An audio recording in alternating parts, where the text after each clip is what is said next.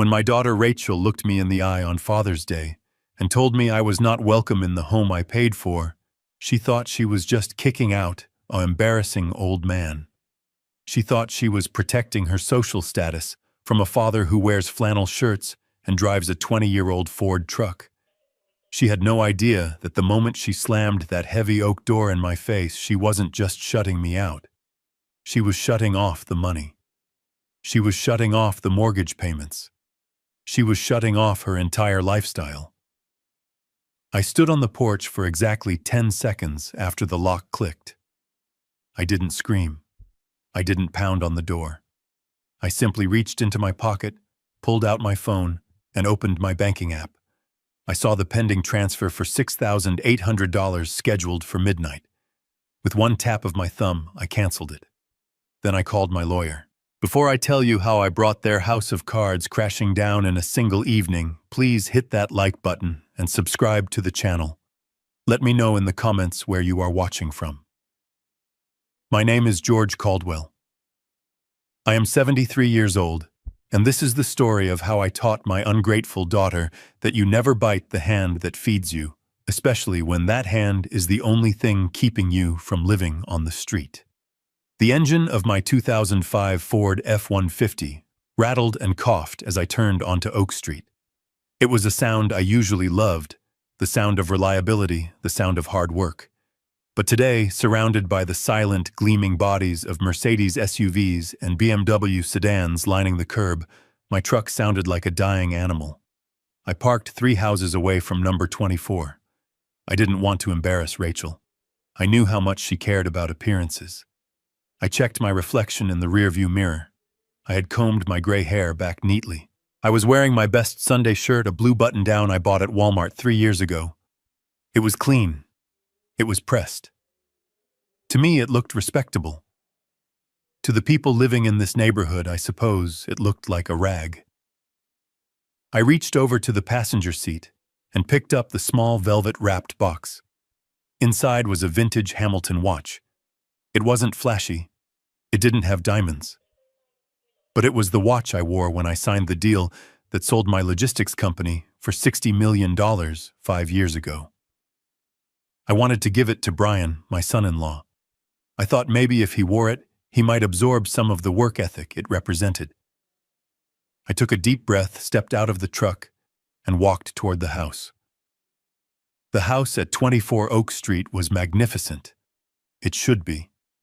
I bought it. Technically, the deed was in a trust, but the down payment, the renovations, the landscaping, and every single monthly mortgage payment came directly from my accounts. Rachel and Brian told their friends they were successful real estate investors. They told their neighbors they bought this place with a bonus check. I never corrected them. I just wanted them to be happy. I walked up the long paved driveway. The grass was manicured to perfection, a vibrant green that looked almost artificial. I could hear music coming from inside, the soft hum of jazz and the clinking of crystal glasses. It was Father's Day. I had been invited for a 5 o'clock dinner. It was 4:55. I was on time. I rang the doorbell. I waited. I could hear laughter on the other side. I rang again. Finally, the heavy wood door cracked open. It wasn't fully opened, just a crack enough for a slice of a face to appear. It was Rachel. She didn't smile. She didn't open the door wider to let me in. She slipped through the crack and stepped out onto the porch, closing the door firmly behind her. She was wearing a silk dress that shimmered in the afternoon sun, the kind of dress that costs more than my truck. Her hair was done up in an elaborate twist. She looked beautiful. She also looked terrified. "Dad," she hissed, her voice a sharp whisper. "What are you doing here?" I blinked, confused. I held up the small velvet box. "It's Father's Day, Rachel. You invited me. Dinner at 5. Remember?" Rachel looked over her shoulder at the closed door, then back at me. Her eyes scanned me from head to toe, lingering on my worn work boots and the slightly frayed collar of my Walmart shirt. Her lip curled. That was before Brian invited the partner's dad. important people, investors. The bank director is in there. I felt a cold knot form in my stomach, so I asked, "I'm your father. I'm Brian's father-in-law. I'm family." Rachel let out a short, cruel laugh. "Look at you, Dad. Look at what you are wearing. You look like you just came from fixing a toilet. You smell like old gasoline. These are high net worth individuals. We are trying to close a deal. We are trying to build a future. We can't have you sitting at the table looking like the help. It wouldn't fit the narrative." The narrative. I gripped the velvet box tighter. My knuckles turned white. "What narrative is that, Rachel? The one where you pretend you're rich? The one where you pretend you pay for this house?" Rachel's face hardened. She stepped closer, invading my personal space. The smell of expensive champagne on her breath hit me. "Don't start with that guilt trip. We are building a brand. Brian is a visionary. You wouldn't understand. You spent your life driving trucks. You have a small mind, Dad. You think small. We think big. But we can't think big with you sitting there talking about coupon clipping and gas prices. You're embarrassing." Embarrassing. The word hung in the humid air between us. I had built an empire. I had managed fleets of ships and hundreds of trucks. I had negotiated with union leaders and international CEOs. But to my daughter, I was just an embarrassing old man in a cheap shirt. I tried one last time. I brought a gift for Brian, a vintage watch. It means a lot to me. I held out the box. Rachel didn't even look at it. She snatched it from my hand. "A watch? Great. Probably some junk you found at a flea market. We don't need your old junk, Dad. We need you to leave. Now, before anyone sees you." She walked over to the large decorative planter by the door. It was one of those tall ceramic urns meant for fancy arrangements. Right now it was serving as a trash receptacle for a delivery box. She dropped the velvet box, my Hamilton watch, the symbol of my life's work, into the urn. It landed with a dull thud on top of a discarded Amazon package.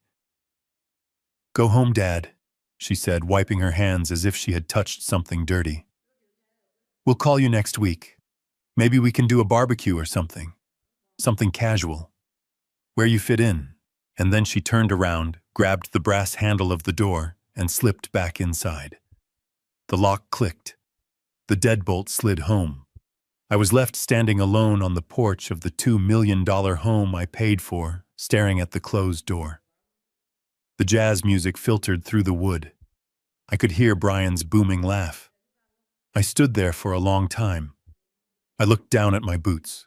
They were clean. I had polished them this morning. I looked at my shirt. I had ironed it myself. I wasn't dirty. I wasn't smelly. I was just real. And reality was the one thing Rachel and Brian could not afford to have in their house. I should have turned around. I should have walked back to my truck, driven home to my small apartment, opened a can of soup, and watched reruns of old westerns until I fell asleep. That's what the old George would have done. The George who wanted to keep the peace. The George who felt guilty for working so much when Rachel was a child. The George who thought money could buy love, or at least buy closeness. But something snapped in me when that deadbolt slid shut. It wasn't a loud snap. It was quiet. It was the sound of a cable finally fraying and breaking under too much tension. I didn't leave. Instead, I stepped off the porch and walked into the mulch of the flower beds. I walked around the side of the house, my boots sinking into the soft, expensive soil. I wanted to see. I needed to see what was so important that a father had to be thrown out like garbage. I made my way to the backyard. The house had a massive wall of floor-to-ceiling glass doors that opened onto the patio. I stood behind a large manicured hedge of hydrangeas, hidden in the shadows of the late afternoon. I had a perfect view of the living room and the dining area. It was like watching a movie about people I didn't know. The interior was spectacular. Crystal chandeliers, modern art on the walls, furniture that looked like it had never been sat on. And there were the people. About 12 of them. Men in Italian suits, women in cocktail dresses. They were holding glasses of wine that probably cost more than my weekly grocery bill. And there, in the center of it all, was Brian, my son-in-law. He was standing at the head of the dining table raising a toast. He looked sleek, polished, and utterly fake. I couldn't hear every word through the glass, but the windows were cracked open slightly to let in the breeze. I moved closer, stepping carefully over the irrigation lines. I needed to hear. I leaned in. Brian's voice carried well. He had that salesman projection. To success, he was saying, beaming at the man to his right, a heavy-set fellow with a bald head. To pulling yourself up by your bootstraps.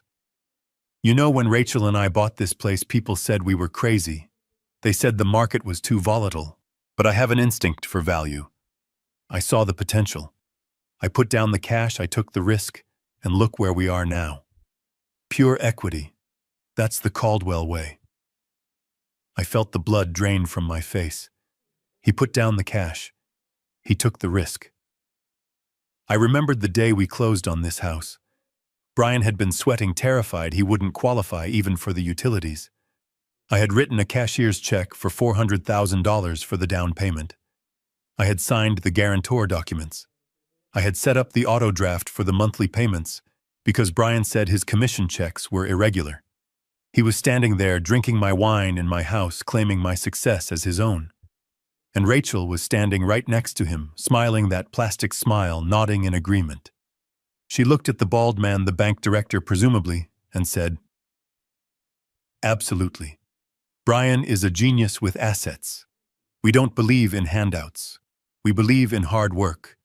We built this life from scratch. From scratch." The audacity was breathtaking. It was almost impressive in its absolute detachment from reality.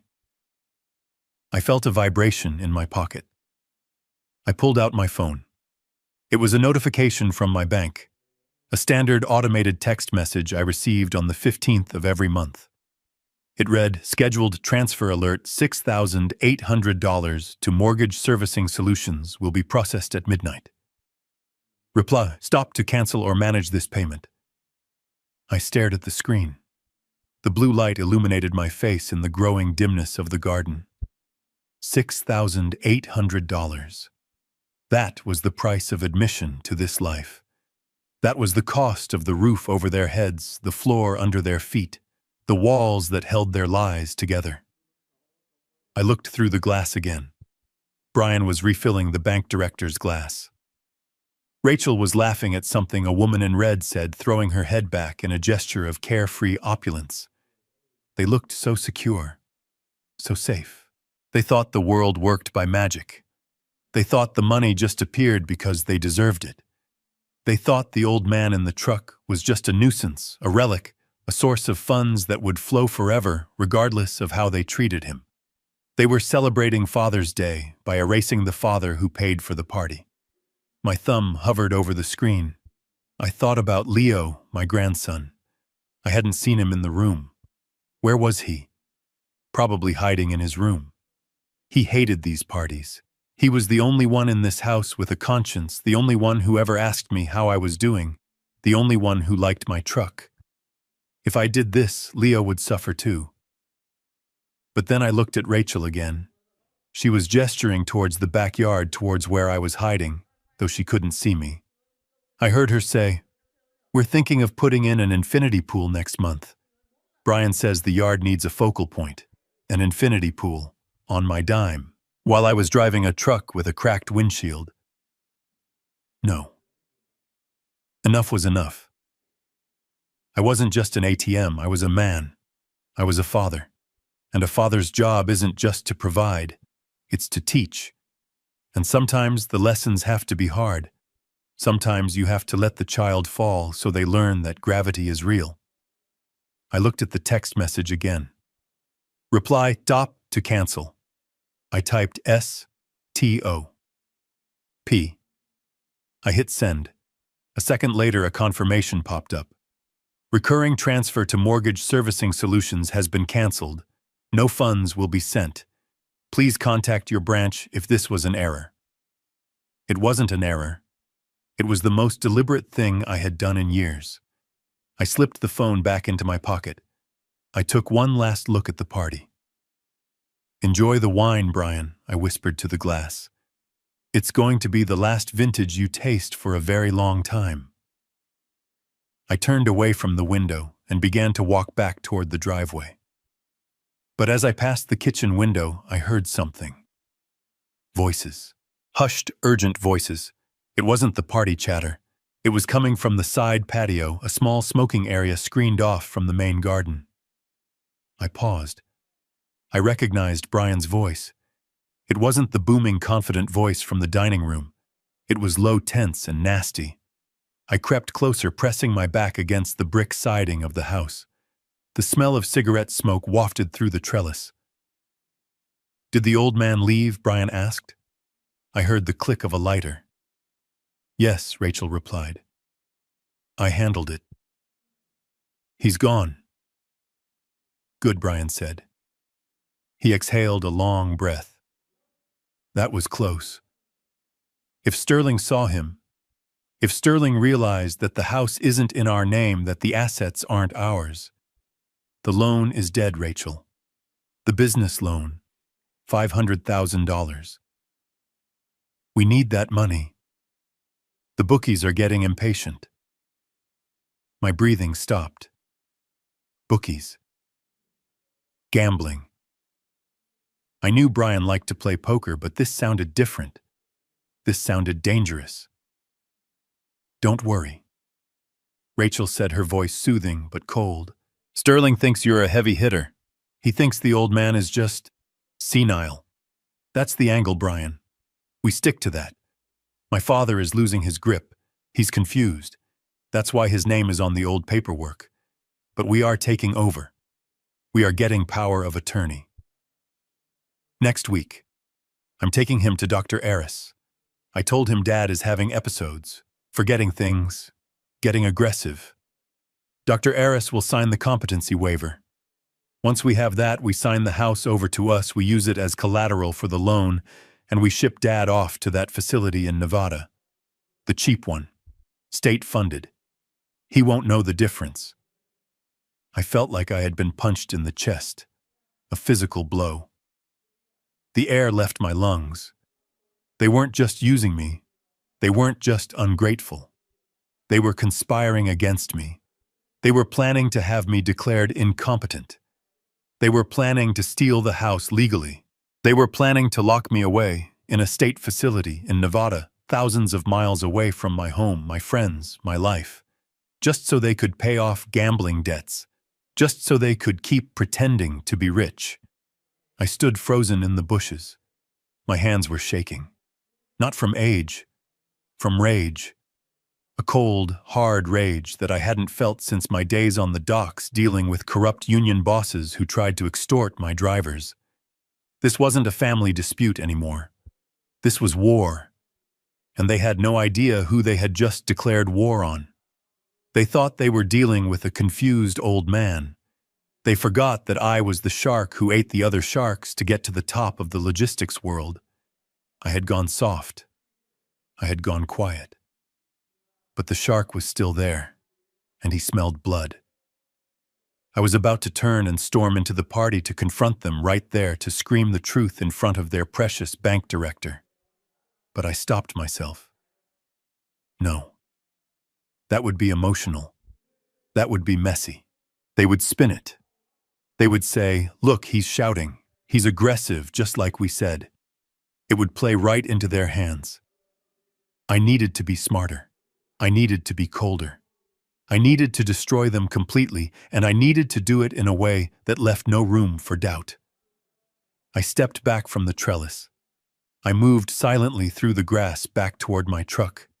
My mind was racing, calculating, planning. I needed information. I needed leverage. And I needed it tonight. As I reached the front of the house, the side door of the garage opened. I froze. A figure stepped out carrying a heavy bag of trash. It was Leo. my grandson. He was 16, tall and lanky with hair that fell over his eyes. He looked miserable. He dumped the bag in the bin and turned around. He saw me. He didn't jump. He didn't yell. He just stopped. "Grandpa," he whispered. His eyes widened. "I thought, Mom said you left." I stepped out of the shadows. I put a finger to my lips. "I'm here, Leo." I heard them. "I know what they are doing." Leo's face crumpled. He looked like he was about to cry. He walked over to me quickly, looking back at the house to make sure no one was watching. "Grandpa, you have to run. You have to get out of here. They are crazy." Dad is in trouble. Bad trouble. There are men calling the house.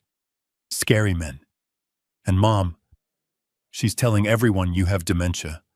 She's practicing the story. She tells her friends you forget who she is. It's a lie.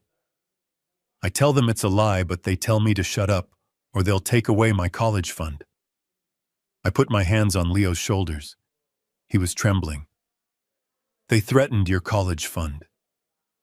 Leo looked down. "There is no college fund, Grandpa. I heard them talking. Dad gambled it. It's gone. All of it. That's why they need the loan.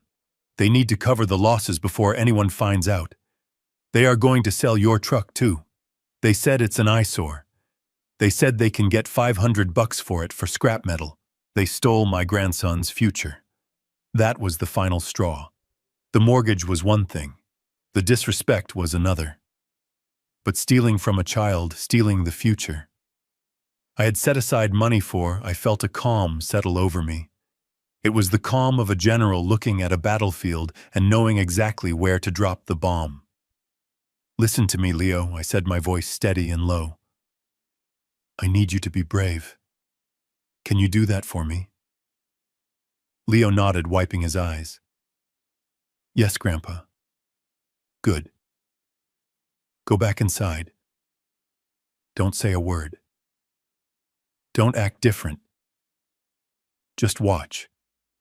And when I come back, I want you to stand by the door. Can you do that?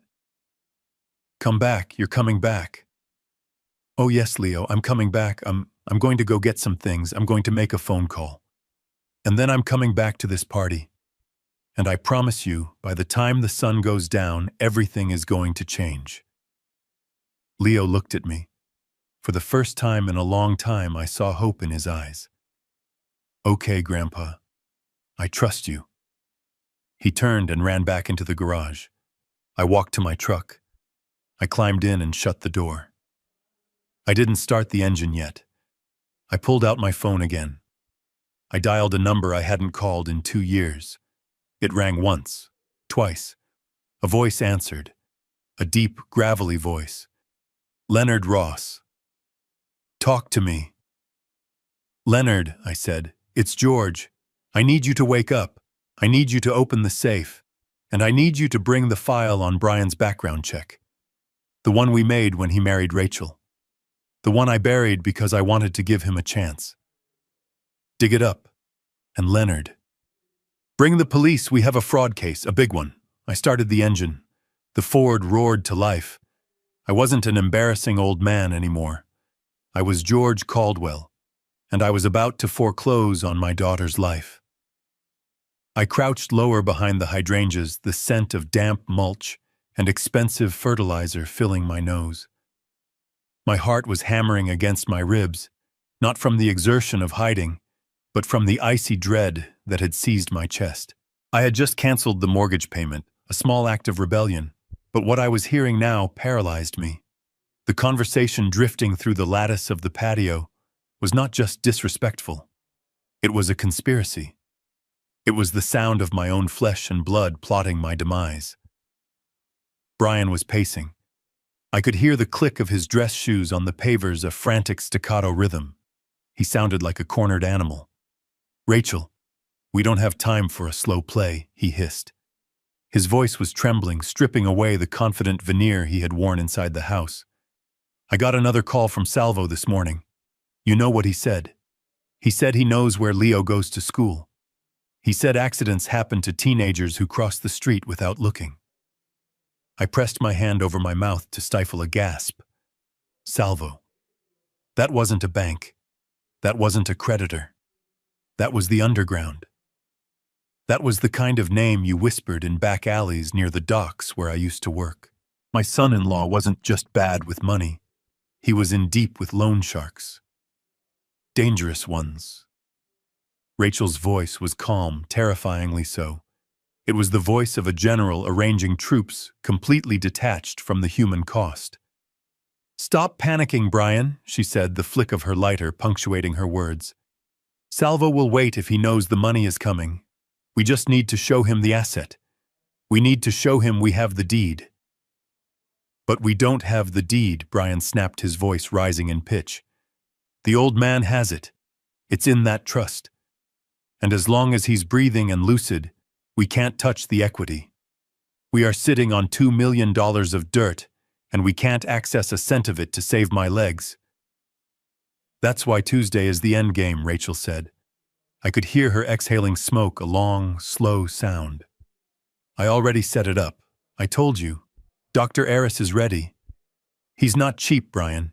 He's charging us 10 grand for the signature, but he'll certify anything I put in front of him.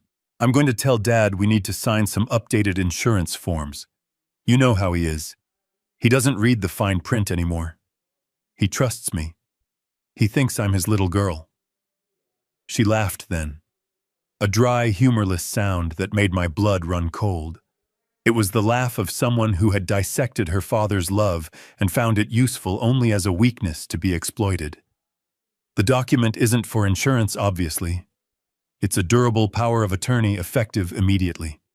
It gives me control over his medical decisions, his finances, and his living situation. Once the ink is dry, George Caldwell ceases to be a person. He becomes a line item in my ledger." I felt a wave of nausea. Durable power of attorney. It was the legal equivalent of a lobotomy. She wanted to strip me of my agency, my rights, my very voice. But Brian wasn't satisfied. "Even with the power of attorney, Rachel, what do we do with him? We can't have him living in the apartment. If he figures it out, if he calls his lawyer—" "He won't call anyone?" Rachel interrupted, her tone sharp. "Because he won't be in the apartment. I made the arrangements this morning. There's a transport van scheduled to pick him up 1 hour after the appointment with Dr. Eris. They specialize in difficult patients. They'll sedate him for the trip." "Sedate him," Brian repeated. "Where are they taking him?" Rachel paused. I imagined her smiling that cold plastic smile. "Silver Creek State Facility, in Nevada." Silver Creek. The name sounded innocent enough, but I knew what state facilities in rural Nevada were like. They were warehouses for the forgotten. Places where the indigent and the unwanted were stacked in hallways, medicated into oblivion, and left to rot in soiled sheets. They were places people went to die, not to live. "Nevada," Brian whispered. That's far." "It has to be far," Rachel said. "If we put him in a local home, people might visit. Leo might try to ride his bike there. We need him gone, Brian. Gone. Silver Creek is perfect. It's understaffed. It's in the middle of nowhere, and they don't allow cell phones for patients. Once he's through those doors, he's a ghost. We sell his apartment.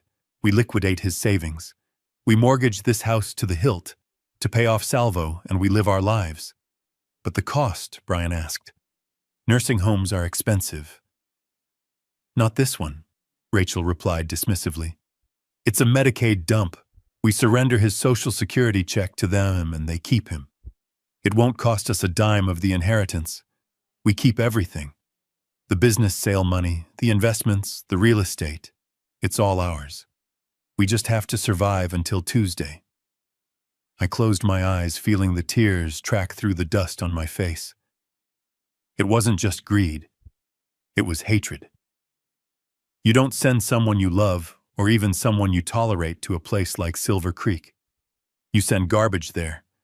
To my daughter, I was just a complication to be disposed of. She had calculated the value of my life and decided it was less than the cost of her husband's gambling debts. Brian spoke again, his voice lower, more conspiratorial. How much exactly does the old man have left? I know he sold the company for $60 million, but he acts like he's broke. Does he really have it, or did he blow it all on charity? He has it, Rachel assured him. I saw a statement on his desk last Christmas when he went to the bathroom. He's hoarding it. He has accounts he doesn't talk about. Millions, Brian. He sits on millions of dollars while we struggle to pay for the country club. It's selfish. It's disgusting. He doesn't even enjoy it. He drives that stupid truck and eats at diners. He doesn't deserve that money. We do. We have vision. We have taste. I felt a sudden fierce pride in my frugality. Yes, I had millions, but I didn't hoard it. I invested it. I donated it. I built scholarships. I protected it so that my family would be safe for generations. I thought I was building a legacy for them. I didn't realize I was building a target on my own back. Are you sure about Leo? Brian asked, shifting the topic. The kid is nosy. He likes the old man. If he starts asking questions, I'll handle Leo, Rachel snapped. I told him if he keeps asking about his grandfather, we're sending him to military school. That shut him up. Besides, once the money comes in, we'll buy him that car he wants. He'll get over it. Everyone has a price, Brian. Even our son. That was the moment the sadness evaporated, replaced by a cold, hard resolve. They were willing to corrupt my grandson. They were willing to bribe him with the spoils of my destruction. They were a cancer. And you don't negotiate with cancer. You cut it out. I checked the time on my phone. 5:15. The partners inside were probably wondering where their hosts were. I had heard enough. I had the names. Salvo, Dr. Aris, Silver Creek. I had the timeline. Tuesday. And I had the motive. $350,000 in gambling debt, disguised as a business loan. I slowly backed away from the trellis, careful not to snap a twig. My knees creaked, a reminder of my age, but I felt stronger than I had in years. I wasn't a victim. I was a witness. And I was about to become the judge, jury, and executioner of their lifestyle. I crept back toward the front of the house, my mind racing. They thought I was helpless. They thought I was alone. They forgot that before I was a father, before I was a grandfather, I was a man who ran the toughest shipping lanes on the East Coast. I knew how to deal with threats. I reached my truck and opened the door silently. I didn't just need a lawyer. I needed an army. I needed to secure my assets. I needed to protect Leo, and I needed to ensure that when Tuesday came, the only people getting transported were Rachel and Brian. I sat in the driver's seat, the leather cracked and familiar against my back. I looked at the house one last time. It looked beautiful in the golden hour light. A perfect American dream. But inside it was rotten. I pulled out my phone and dialed Leonard. I heard you the first time, George, Leonard said, his voice gruff. I'm already pulling the files. But you need to know something. I just ran a quick check on Brian's name through my contacts at the precinct. What did you find? I asked, starting the engine. There's a lien on the house, George. A fraudulent one. Someone signed your name 6 months ago to secure a high-interest loan. A secondary mortgage. My grip tightened on the steering wheel. Rachel. She had already started. She had forged my signature. That's a felony, Leonard, I said. It is, Leonard agreed. And George, the creditor isn't a bank. It's an LLC linked to the Salvatore crime family. Salvo. The name Rachel had mentioned. They hadn't just planned to rob me. They had already sold a piece of me to the mob. Bring the police, Leonard, I said, my voice dropping to a growl. And bring a forensic accountant. I'm going to dismantle them piece by piece. I put the truck in gear. I wasn't going home to hide. I was going to war. and I had a Father's Day surprise that none of them would ever forget. I sat there in the idling truck, the vibration of the engine humming through the steering wheel and into my hands. My knuckles were white as I gripped the leather, my mind still reeling from Leonard's words about the mob lien. I was ready to peel out of that driveway and burn the asphalt all the way to the police station. But then a tap on the passenger window made me jump. It was a frantic, desperate sound. I looked over and saw Leo. He hadn't gone back inside like I told him. He was standing there in the mulch, his face pressed against the glass, tears streaming down his cheeks so hard they were leaving streaks on the window. He looked terrified, like a kid who had seen a ghost. I leaned over and unlocked the door. He scrambled inside, practically falling into the passenger seat, and slammed the door shut, curling his lanky frame into a ball as if he were trying to disappear into the upholstery. "Leo," I said, my voice sharp with alarm. "I told you to go inside. If they see you out here—" "I can't, Grandpa." He sobbed, his chest heaving. "I can't go back in there. They're laughing. They're laughing about you. Dad is telling the bank director that you used to be a janitor. He's making fun of your hands. He said you have dirt under your fingernails that never comes out." I felt a fresh wave of anger, but I pushed it down. "Let them laugh, Leo. It doesn't matter. Sticks and stones." It's not just that. Leo interrupted, his voice cracking. He looked up at me, his eyes red and swollen. "Grandpa, I have to tell you something else. Something I was too scared to tell you before. I didn't want you to be sad, but if you're going to fight them, you need to know. You need to know how bad it really is." I turned off the engine. The silence that filled the cab was heavy and suffocating. "Tell me, son." Leo took a shaky breath, wiping his nose on the sleeve of his dress shirt. "You know your record collection, the vintage jazz albums, the ones you and Grandma used to dance to in the living room." My heart skipped a beat. "My vinyls. That collection was my sanctuary. First pressings of Miles Davis, Coltrane, Etta James. My wife Martha had bought me the turntable for our 10th anniversary. After she passed, I would sit in my apartment on Friday nights, pour a glass of scotch, and just listen. It was the only time I felt close to her. It was the only time the silence of being a widower didn't feel so loud. I had brought them to the house a few months ago because my apartment had a small leak in the ceiling, and I didn't want to risk water damage. Rachel had promised to keep them safe in the climate-controlled den. "What about them, Leo?" I asked, dread coiling in my gut. "Did they get damaged? They're gone," Grandpa Leo whispered. "Mom sold them 2 weeks ago." "Sold them?" Repeated the words, feeling foreign in my mouth. "But those aren't worth that much money. Not enough to pay off a gambling debt." "Why would she—" "She didn't sell them for the money," Leo said, and this part hurt worse than any physical blow. "She sold them because she said they smelled like old people. She said the covers were musty and they ruined the aesthetic of the den.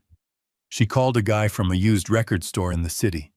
He gave her $50 for the whole box. $50, Grandpa. For everything. $50. My life's soundtrack.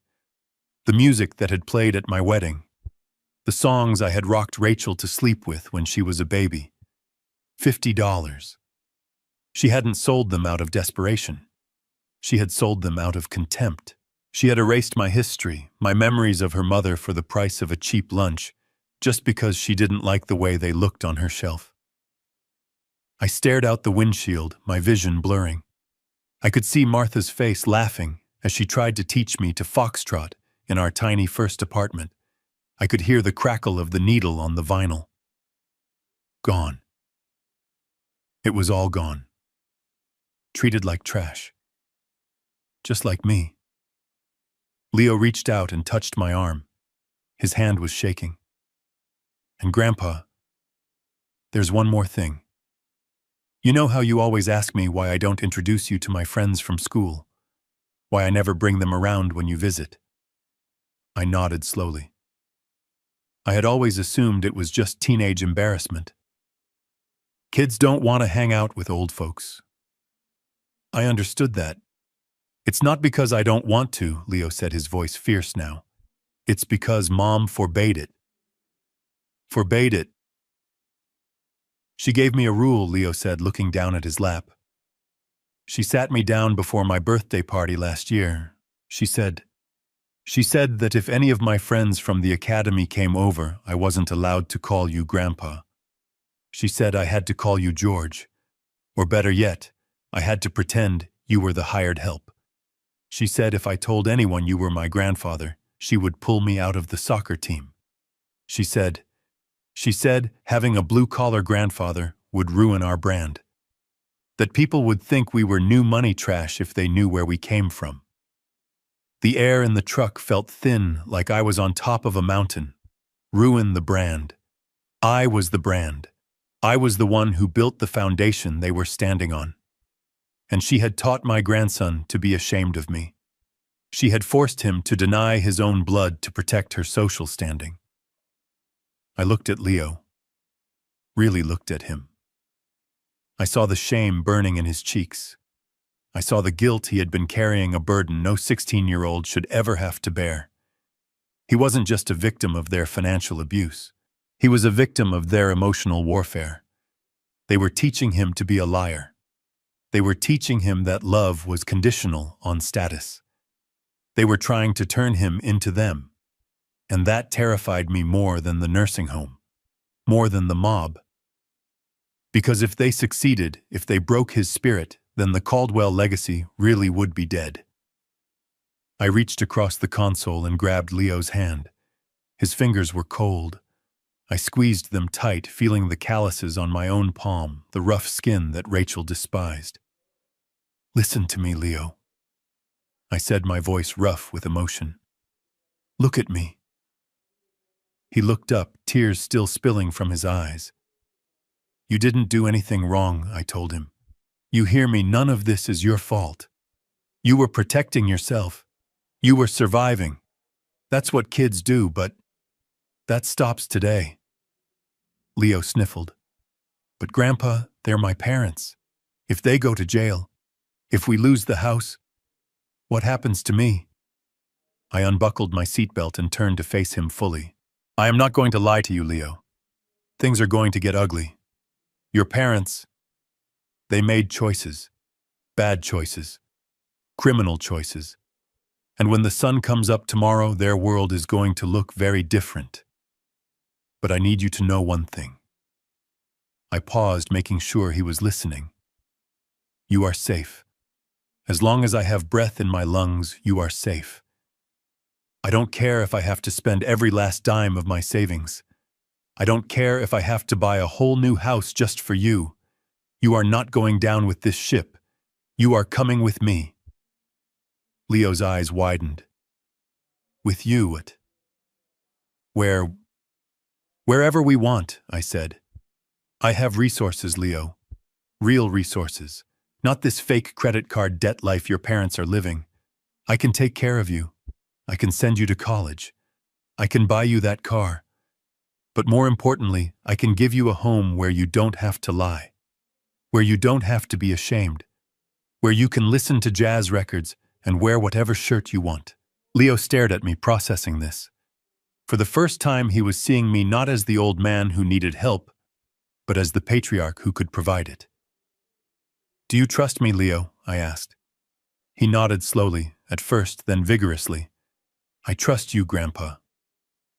Okay, I said. Then here's the plan. I need you to go back in there. I know it's hard. I know you want to run. But I need a man on the inside. I need you to go to your room, pack a bag. Just the essentials. Your laptop, your school books, anything you can't replace. Hide it under your bed. When the police come, and they are coming, Leo, I want you to be ready to walk out that front door and never look back, the police, Leo whispered. Yes, I said grimly. It has to be this way. But don't worry about them. They aren't coming for you. They are coming to clean up the mess. You just keep your head down. And when you see me walk through those doors again, you know it's time." Leo took a deep breath. He wiped his face with his sleeve again, squaring his shoulders. He looked older suddenly. The baby fat was gone from his face, replaced by the hard lines of someone who has had to grow up too fast. "Okay," he said. "I can do it. For you, Grandpa. And I'm sorry about the records. I tried to hide one. I saved the Coltrane one. It's under my mattress." I felt a tear slip down my own cheek then. He had saved one. He had risked his mother's wrath to save a piece of me. "That's the best news I've heard all day, son," I said, my voice thick. "You keep that safe. We'll listen to it tonight." Leo opened the door. He paused on the running board, looking back at me. "Grandpa, yeah, Leo, happy Father's Day." He slammed the door and ran back toward the garage, disappearing into the shadows. I watched him go, a fierce protectiveness burning in my chest like a furnace. The sorrow was gone. The hesitation was gone. They had taken my house. They had taken my records. They had tried to take my dignity. But they tried to corrupt my grandson. And for that, there would be no mercy. I put the truck in gear and peeled out of the spot, the tires chirping on the pavement. I wasn't driving to the police station anymore. I was driving to Leonard's office to sign the paperwork that would strip Rachel and Brian of every cent they thought they owned. I was going to cut the financial cord, and I was going to watch them fall. And then I was going to catch my grandson. I drove 3 blocks before I pulled over into the empty parking lot of a closed elementary school. The sun was dipping lower, painting the sky in bruises of purple and red, a fitting backdrop for the violence I was about to inflict on my daughter's life. My hands were shaking again, but this time it was the adrenaline of the hunt. I wasn't the prey anymore. I was the predator. I reached into the glove box and pulled out a burner phone.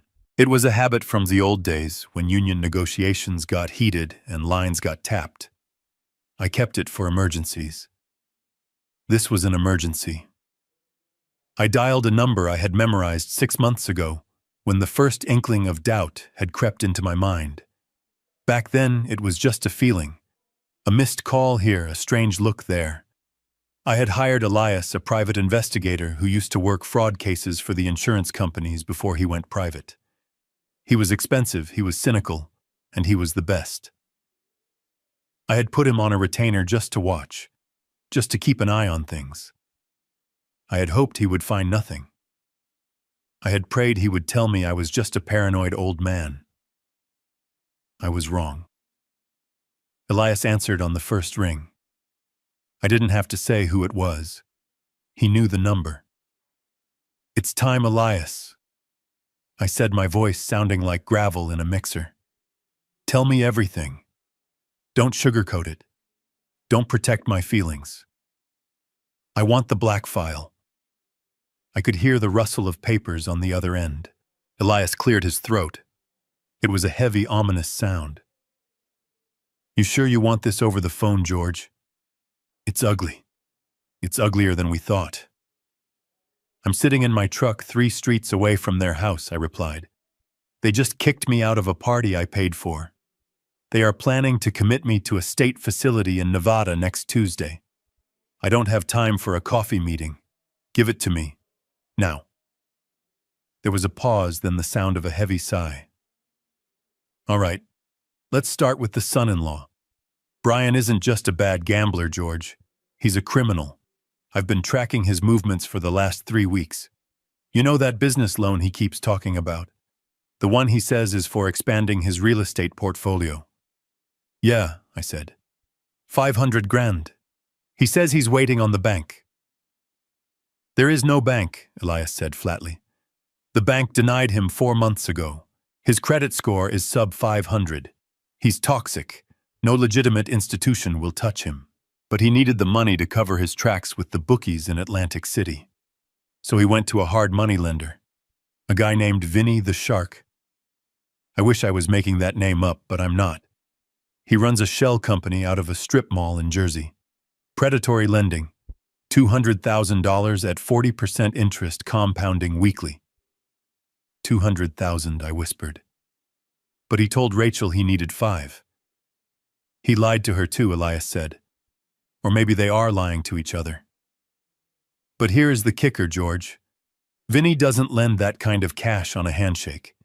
He needs collateral, hard assets. And Brian doesn't own anything. The house is in your trust. The cars are leased. So Brian got creative. I felt a cold sweat break out on the back of my neck. Creative how? I'm looking at a digital copy of a promissory note right now, Elias said. I pulled it from Vinny's server an hour ago. It puts up the deed to 24 Oak Street as collateral. And at the bottom right next to the notary stamp is a signature. It says George Caldwell. The air in the cab turned to ice. He forged my signature. It's a good forgery, Elias admitted. He must have practiced. But the notary, that's where he messed up. The notary is a guy named Pete who lost his license 3 years ago for fraud. It's a fake notarization on a forged document securing an illegal loan. That's 3 felonies, George. Minimum. If you hand this to the district attorney, Brian goes away for 10 to 15 years. No parole. I closed my eyes. My signature. The signature that had signed payroll checks for 300 families. The signature that had authorized charitable grants. The signature that was my bond, my word, my honor. He had stolen it. He had traced it onto a piece of dirty paper to sell my house to a loan shark. Send it to me, I said. Send me the image. I want to see it. Sent, Elias said. But George, that's not the worst part. How can it get worse than my son-in-law selling my house to the mob? Because of your daughter, Elias said quietly. I braced myself. I thought I was ready. I thought knowing she wanted to send me to a nursing home was the bottom of the barrel. I was wrong. The barrel had a false bottom. Rachel knows about the gambling, Elias said. She knows Brian is drowning. She's been moving money out of their joint accounts into a private crypto wallet for months. She's skimming from him while he steals from you. But she's not just hiding money. She's hedging her bets emotionally. What does that mean? I asked, though I already knew. I felt it in my gut. She's seeing someone, Elias said. Not physically, not yet, but emotionally. She's been having lunches. Long lunches. 3 times a week. With a man named Weston. Do you know him? Weston. The name was familiar. He was a competitor from my old days. A man who had tried to buy my company in a hostile takeover back in the 90s. A man with no morals and too much hair gel. He was in his 60s now, still rich, still slimy. She's meeting Weston, I repeated. Why? She's pitching herself, George. I have transcripts of their text messages. She's telling him that Brian is a loser. She's telling him that she's about to come into a massive inheritance. She's telling him that once her father is out of the picture, she's going to be a very wealthy single woman. She's lining up her next husband before she's even buried the first one. And she's using your money as the bait. I felt like vomiting. My daughter wasn't just greedy. She was a mercenary. She was selling herself to my enemy using my death as the dowry. She was playing both sides against the middle, and I was the currency. Read me the last text, I commanded. I need to hear it. Elias hesitated. George, you don't want to read it, Elias. All right. Sent yesterday at 2 p.m. It says, Don't worry, darling. The old man is on his last legs. He's confused and weak. Once I sign the papers on Tuesday, I'll have power of attorney. I'll liquidate the assets, dump the loser husband, and we can finally take that trip to Como. Just wait for me. The silence in the truck was absolute. I looked at the dashboard, at the dusty odometer that showed 200,000 miles. Those miles were my life. They were the distance I had traveled to give her everything. piano lessons, private schools, a pony she rode twice. And this was the return on investment. A text message to a rival promising to dump her husband and spend my corpse's money in Italy. She called me weak, I said softly. Yeah, Elias said. She did. She's wrong, I said. I know she is George. What do you want to do? I have the file ready. I can send it to your lawyer. I can send it to the police. Or I can bring it to you. Bring it to me, I said. I want the physical file. I want the paper in my hand. I want to throw it on the table and watch them choke on it.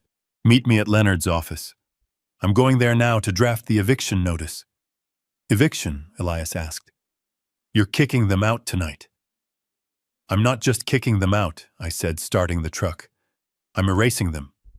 They want to play games with titles and deeds. Fine. I'm going to show them what real ownership looks like. I'm going to show them that you don't forge a man's name and expect to keep his house. I hung up the phone. My hand was steady now. The shaking had stopped. The grief had burned away, leaving only cold, hard ash. I looked at the image Elias had sent to my phone. The forged signature stared back at me. It was shaky. A poor imitation. It looked like the signature of a weak man. I wasn't that man. I pulled out of the parking lot. The sun was almost gone. The sky was a deep indigo. It was the color of a bruise. It was fitting. I drove fast, the old truck groaning as I pushed it past the speed limit. I had a meeting with a lawyer. I had a meeting with the private investigator. And then I had a dinner date. I imagined the scene back at the house. Brian sweating through his suit as he tried to impress the bank director.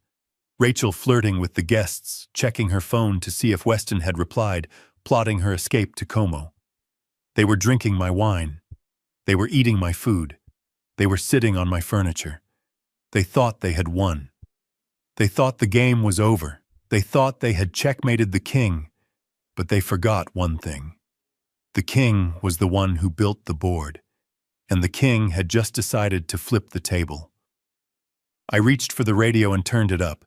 It was an old jazz station, Coltrane, the same album Rachel had sold for 50 cents.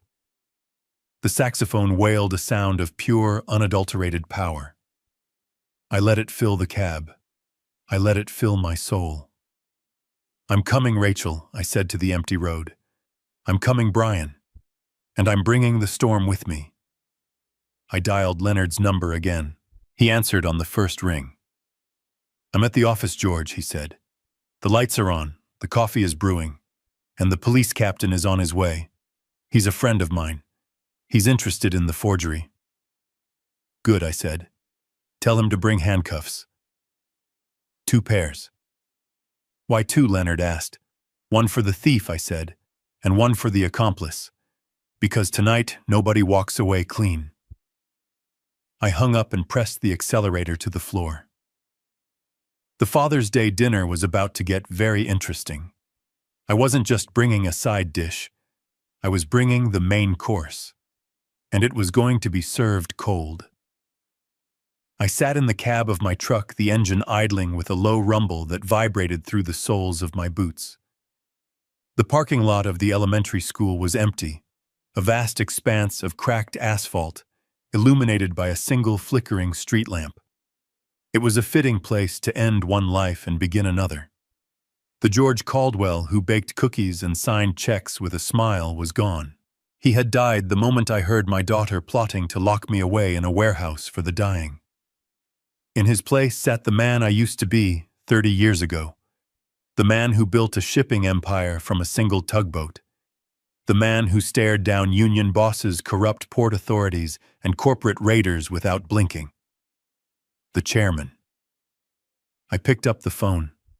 My hand didn't shake. It was steady as a rock. I dialed Leonard's personal line.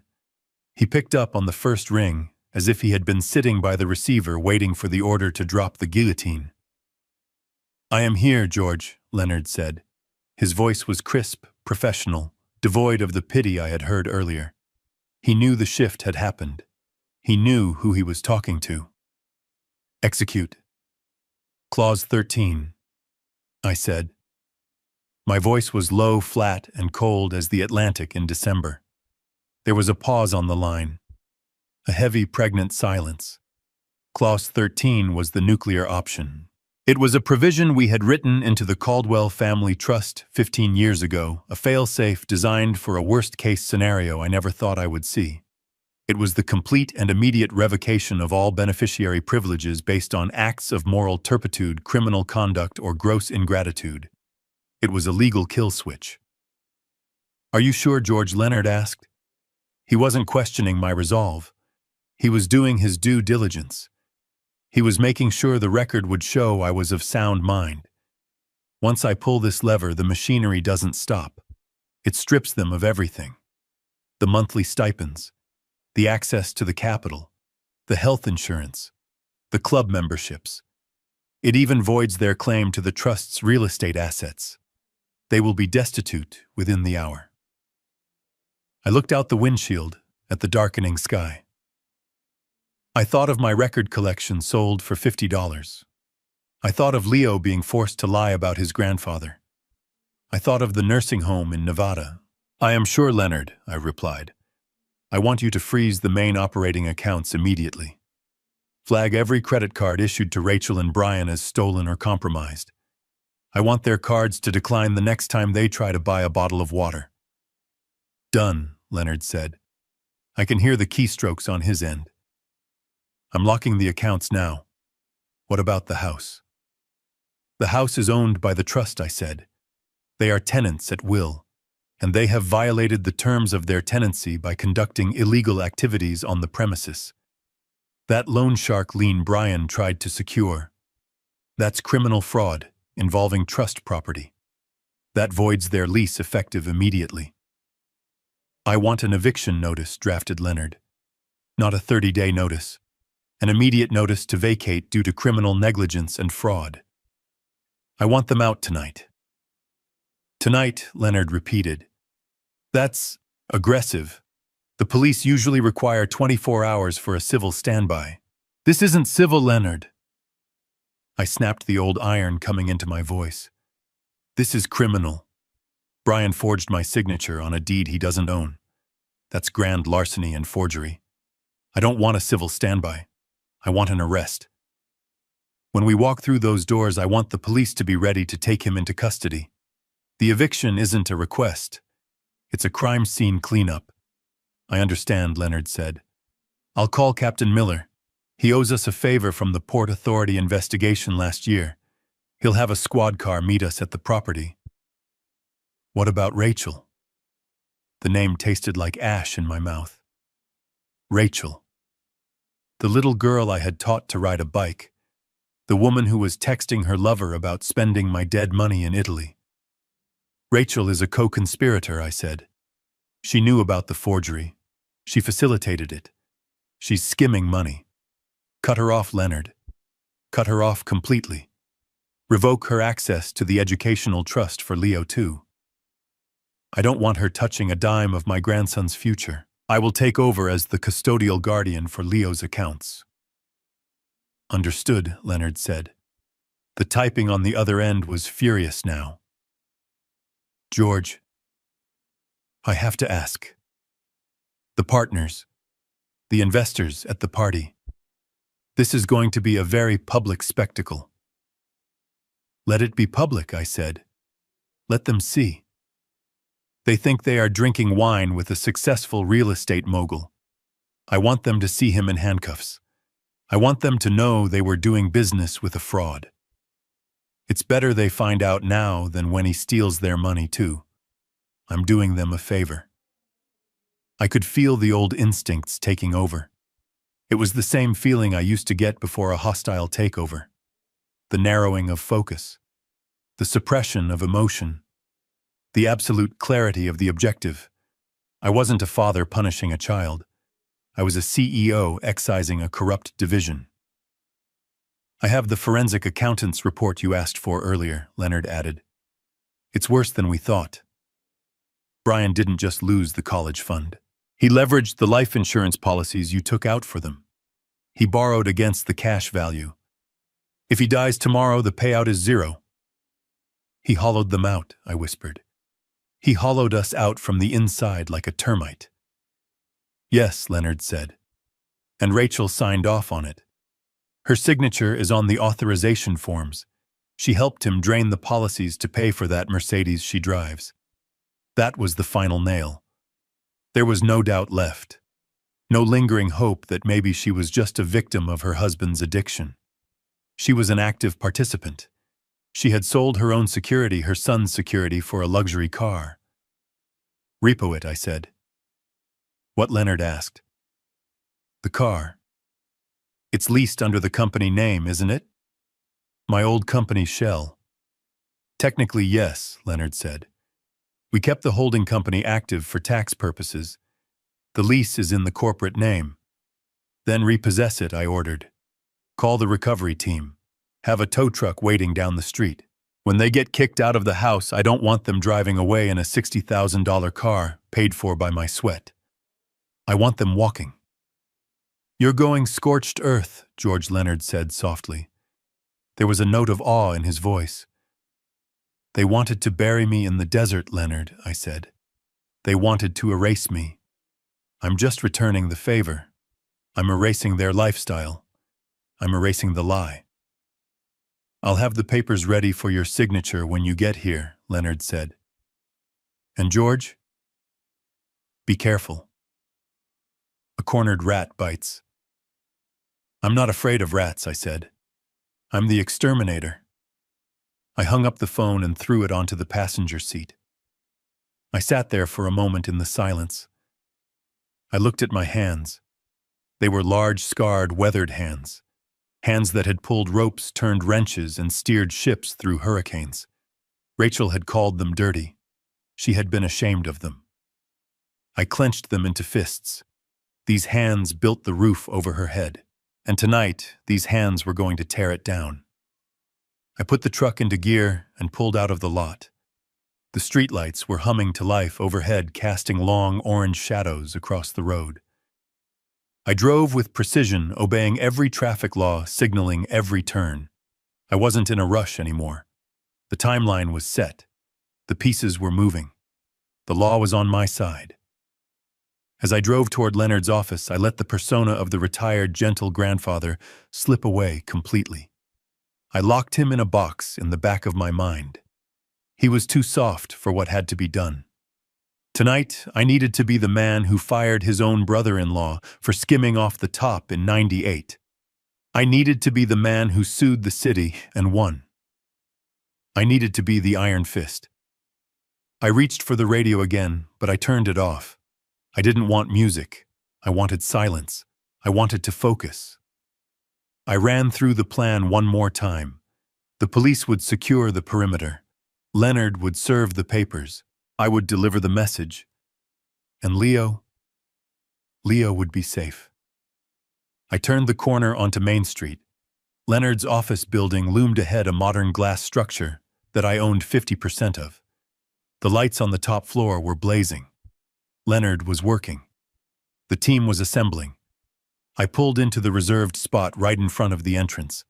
I stepped out of the truck and slammed the door. The sound echoed like a gunshot. I didn't adjust my shirt. I didn't check my hair. I walked into the lobby with the stride of a man who owns the pavement beneath his feet. The security guard looked up, startled. "Mr. Caldwell," he said, scrambling to stand up. "Good evening, sir. We weren't expecting you." I nodded briefly. "I'm here to work Sam. Send the elevator down." I rode the lift to the penthouse suite. The doors opened and I stepped into the plush reception area of Ross & Associates. Leonard was standing there holding a thick file folder. Two other men stood behind him. One was in a suit, looking like a Fed. The other was in a police uniform. "Captain Miller, George," Captain Miller said, extending a hand. Leonard told me the situation. "I'm sorry it's come to this." "Don't be," I said, shaking his hand firmly. "It's been coming for a long time. I just didn't want to see it." Do you have the evidence? Miller asked. I pointed to the file in Leonard's hand. The forged deed, the loan shark contracts, the unauthorized wire transfers. It's all there. Miller opened the file and scanned the first few pages. He whistled low. This is a mess, George. This guy Brian, he's looking at serious time. And your daughter, if she signed those insurance withdrawals knowing they were fraudulent, she's an accessory to grand larceny. Book them both, I said. I don't care who they are. I care about what they did. Miller nodded. We'll follow your lead. We'll wait for your signal. I turned to Leonard. The eviction notice. Here, Leonard said, handing me a crisp legal document. Notice to vacate immediately. Failure to comply will result in arrest for trespassing. I took the paper. It felt heavy. It felt like a weapon. Let's go, I said. The party is just getting started, and I have a toast I want to make. We walked out of the office, a phalanx of justice moving toward the elevators. I checked my watch. 7:30. The sun was down. The darkness had arrived. And so had I. The police cruiser followed my truck, its lights off a silent predator in the rearview mirror. Leonard rode shotgun with me, his briefcase resting heavily on his lap.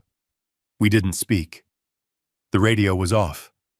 The only sound was the hum of the tires on the asphalt as we turned back onto Oak Street. The streetlights flickered, casting long, distorted shadows on the manicured lawns. It felt like the calm before a hurricane. I pulled up to the curb directly in front of number 24. I didn't park 3 houses away this time. I parked right in front of the driveway, blocking in a silver Lexus and a black BMW. I turned off the engine. The silence was absolute for a moment, then broken by the distant sound of laughter from inside the house. They were still celebrating, still drinking my champagne, still living in the delusion that I was gone. Leonard looked at me. Ready, George? I nodded. Let's do it. We stepped out of the truck. Captain Miller and 2 uniformed officers got out of the cruiser behind us. They adjusted their belts, their faces grim. I walked up the driveway, my boots heavy on the pavement. I didn't go to the doorbell this time. I reached into my pocket and pulled out my key ring. The key to the front door was there, a simple brass key that I had kept on my ring for 5 years just in case. Rachel thought I had lost it. She thought she had changed the locks, but she had only changed the back door lock. She was lazy, and that laziness was about to cost her everything. I slid the key into the lock. It turned with a smooth, satisfying click. I pushed the door open. It swung inward silently, revealing the foyer bathed in warm, golden light. The party was in full swing. The jazz music was louder now, a saxophone solo winding through the air. Voices rose and fell in a murmur of polite conversation. I stepped inside. Leonard and the officers stayed on the porch just out of sight, waiting for my signal. I walked through the foyer past the marble console table where Rachel kept her keys, past the mirror where she checked her makeup. I caught a glimpse of myself in the glass.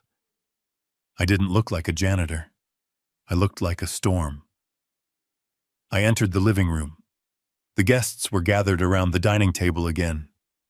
Brian was standing at the head holding a new bottle of wine.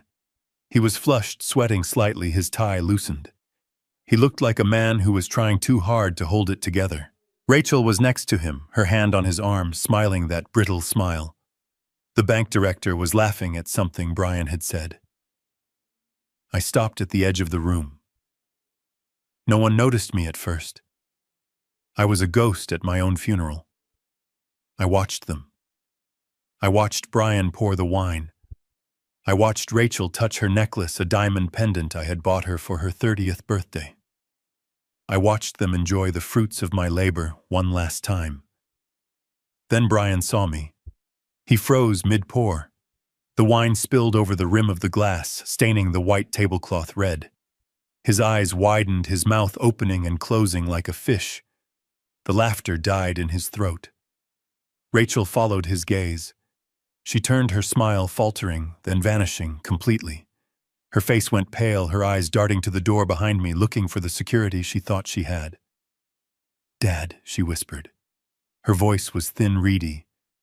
How did you get in?" The room fell silent. The jazz music seemed suddenly loud and intrusive. 12 pairs of eyes turned to look at me. The bank director frowned, confused. "Who is this, Brian? Is this the help?" I didn't answer Rachel.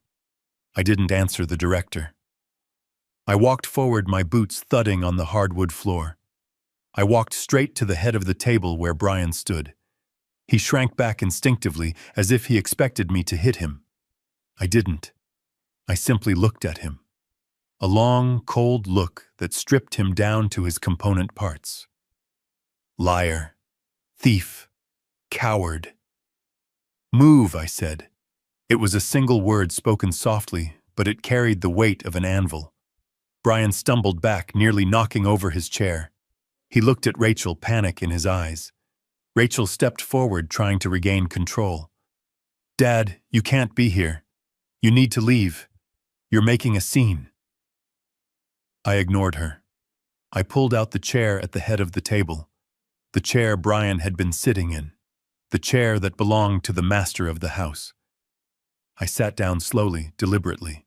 I placed my hands on the table, my calloused fingers spreading out on the fine linen. I looked around the table at the guests. They stared back, bewildered, uncomfortable. I reached for the bottle of wine Brian had dropped. It was a 2015 Cabernet. Good year. I poured myself a glass, the red liquid swirling in the crystal. I took a sip. It was excellent. I set the glass down.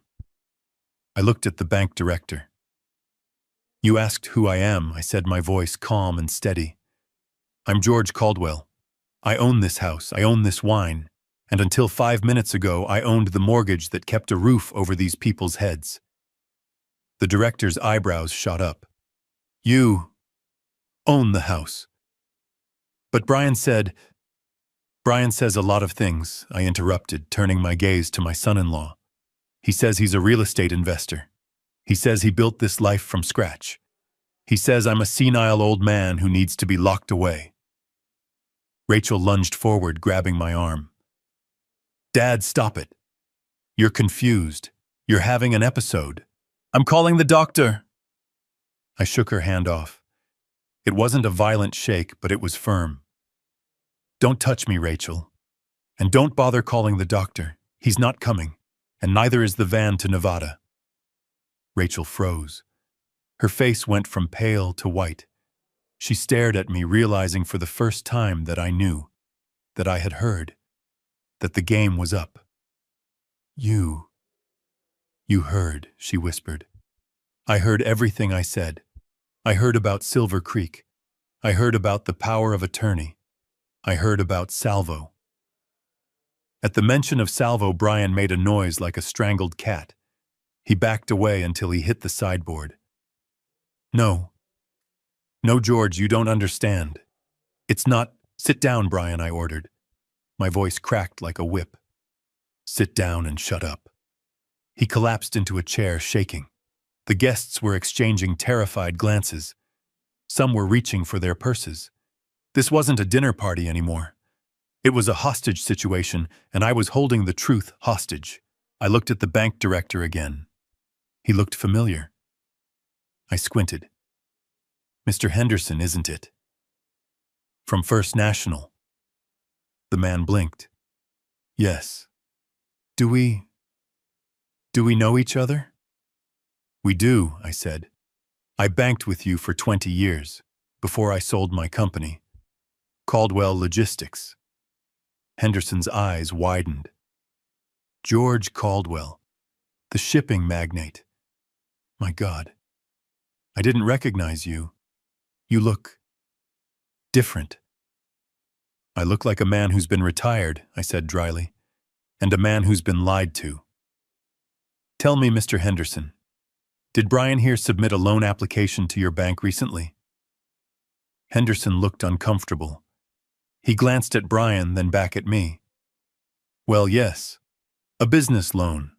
For a substantial amount. He listed this property as collateral. And did he tell you he owned the property, I asked? He submitted a deed, Henderson said slowly, with your signature on a transfer of ownership. I reached into my jacket pocket. I pulled out the file Leonard had given me. I took out the forged document Elias had sent. I slid it across the table to Henderson. Is this the signature? I asked. Henderson picked up the paper. He adjusted his glasses. He looked at it, then at me. Yes. That's it. It's a forgery, I said.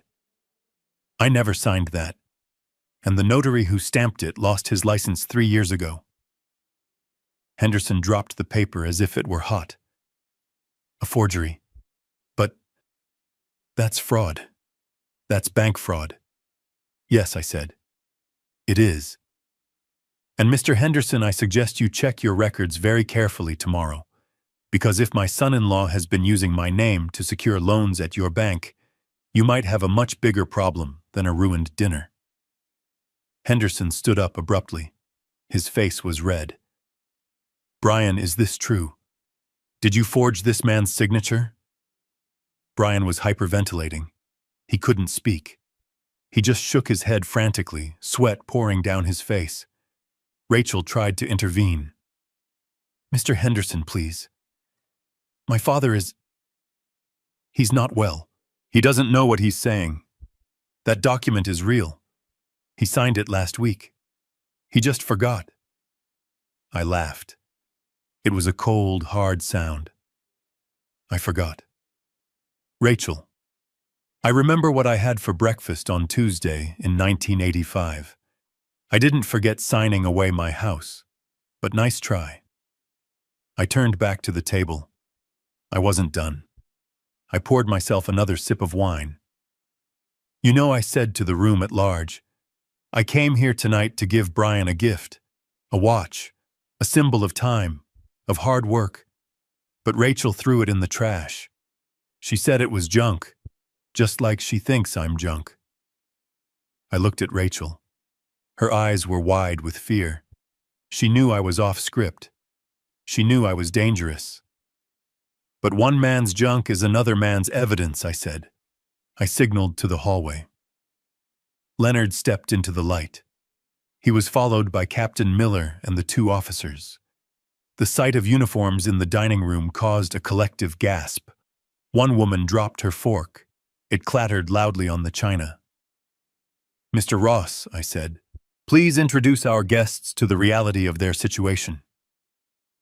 Leonard walked to the table. He placed his briefcase on the sideboard, pushing aside a vase of flowers. He opened it with a snap. Ladies and gentlemen, Leonard announced, his voice booming. I am Leonard Ross, attorney for the Caldwell Family Trust. I am here to enforce an immediate eviction order and to serve legal notice of a criminal investigation. Eviction, Rachel shrieked. You can't evict us. We live here. Not anymore, Leonard said calmly. He handed a paper to Rachel. Notice to vacate. Effective immediately. You are trespassing on trust property. And Brian. He turned to Brian, who was now weeping silently. You are under arrest, Leonard said, for forgery, grand larceny, and fraud. Captain. Captain Miller stepped forward. He pulled a pair of handcuffs from his belt. The metal glinted in the chandelier light. Brian stood up, his legs shaking so bad he almost fell. He held out his hands, defeated. No! Rachel screamed. No, Brian, do something. Tell them. Tell them it's a mistake. Brian looked at her. His eyes were dead. It's not a mistake, Rachel. It's over. Miller clicked the cuffs onto Brian's wrists. You have the right to remain silent, he recited. I watched as they led my son-in-law away. He didn't look at me. He looked at the floor. I felt no pity, only a grim satisfaction. Rachel was left standing alone. The guests were scrambling to leave, grabbing purses and coats, murmuring apologies that no one heard. Henderson was already on his phone, barking orders to his compliance team. Rachel looked at me. Her face was a mask of hate. "You did this," she hissed. "You ruined everything." I took a sip of wine. "I didn't ruin anything, Rachel. I just turned on the lights. Now get out of my house." The silence that descended on the dining room was heavy enough to crush a man. I sat there swirling the Cabernet in the crystal glass, watching the bubbles rise and pop, while 12 wealthy strangers stared at me. My work boots were muddying the expensive Persian rug beneath the table, and my flannel shirt stood out like a beacon of poverty amidst the sea of silk and Italian wool. But I didn't care. I was comfortable. For the first time in 10 years, I wasn't the guest who had to ask permission to use the bathroom. I was the landlord inspecting his property. Rachel was the first to break the paralysis. She didn't scream. She didn't yell. She knew that a scene would destroy the illusion she had spent a decade crafting. Instead, she leaned in close, her face contorted into a mask of fake concern that barely hid the venom underneath. She placed a hand on my shoulder, her nails digging into my flesh through the cotton of my shirt. "Dad," she whispered, her voice trembling with a mix of rage and terror. "You need to get up, right now. You are having an episode. We don't want to have to call the paramedics. Just stand up and walk to the kitchen. I will give you a plate of food there. Please, do not embarrass us." I looked at her hand on my shoulder. I looked at the diamond ring on her finger. I paid for that ring. I paid for the manicure. I even paid for the hand cream she used to keep her skin soft while she plotted to throw me into a state facility. "I am not hungry, Rachel," I said, my voice projecting clearly to the ends of the room. "And I am certainly not going to the kitchen. I like this seat. It has a good view of the Liars." Brian stepped forward then. He had wiped the sweat from his forehead, but a fresh layer was already beating on his upper lip. He forced a laugh, a hollow braying sound that made everyone flinch. "Ladies and gentlemen, I am so sorry," he announced, spreading his hands in a gesture of helplessness. "This is my father-in-law, George. He has been struggling lately. Confusion. Dementia. He wanders off and forgets where he is. He thinks he still runs things. It is tragic, really." He looked at me with eyes that begged me to play along. He was banking on my shame. He was banking on the fact that I would rather be seen as senile than cause a scene that would hurt my daughter. He thought I still had that weakness. He was wrong. George Bryan said, his voice dripping with condescension. "Come on, buddy. Let's go look at the garden. I bet you want to see the flowers." I didn't move. I took a slow sip of the wine. It tasted like justice. "I don't want to see the flowers, Brian," I said. "I want to see the deed." The room went dead silent. Brian froze. "The deed," I repeated. "You told these fine people you bought this house with cash. You told them you are a self-made man. So show them the deed. It should be in the safe, right? Unless, of course, you don't have it."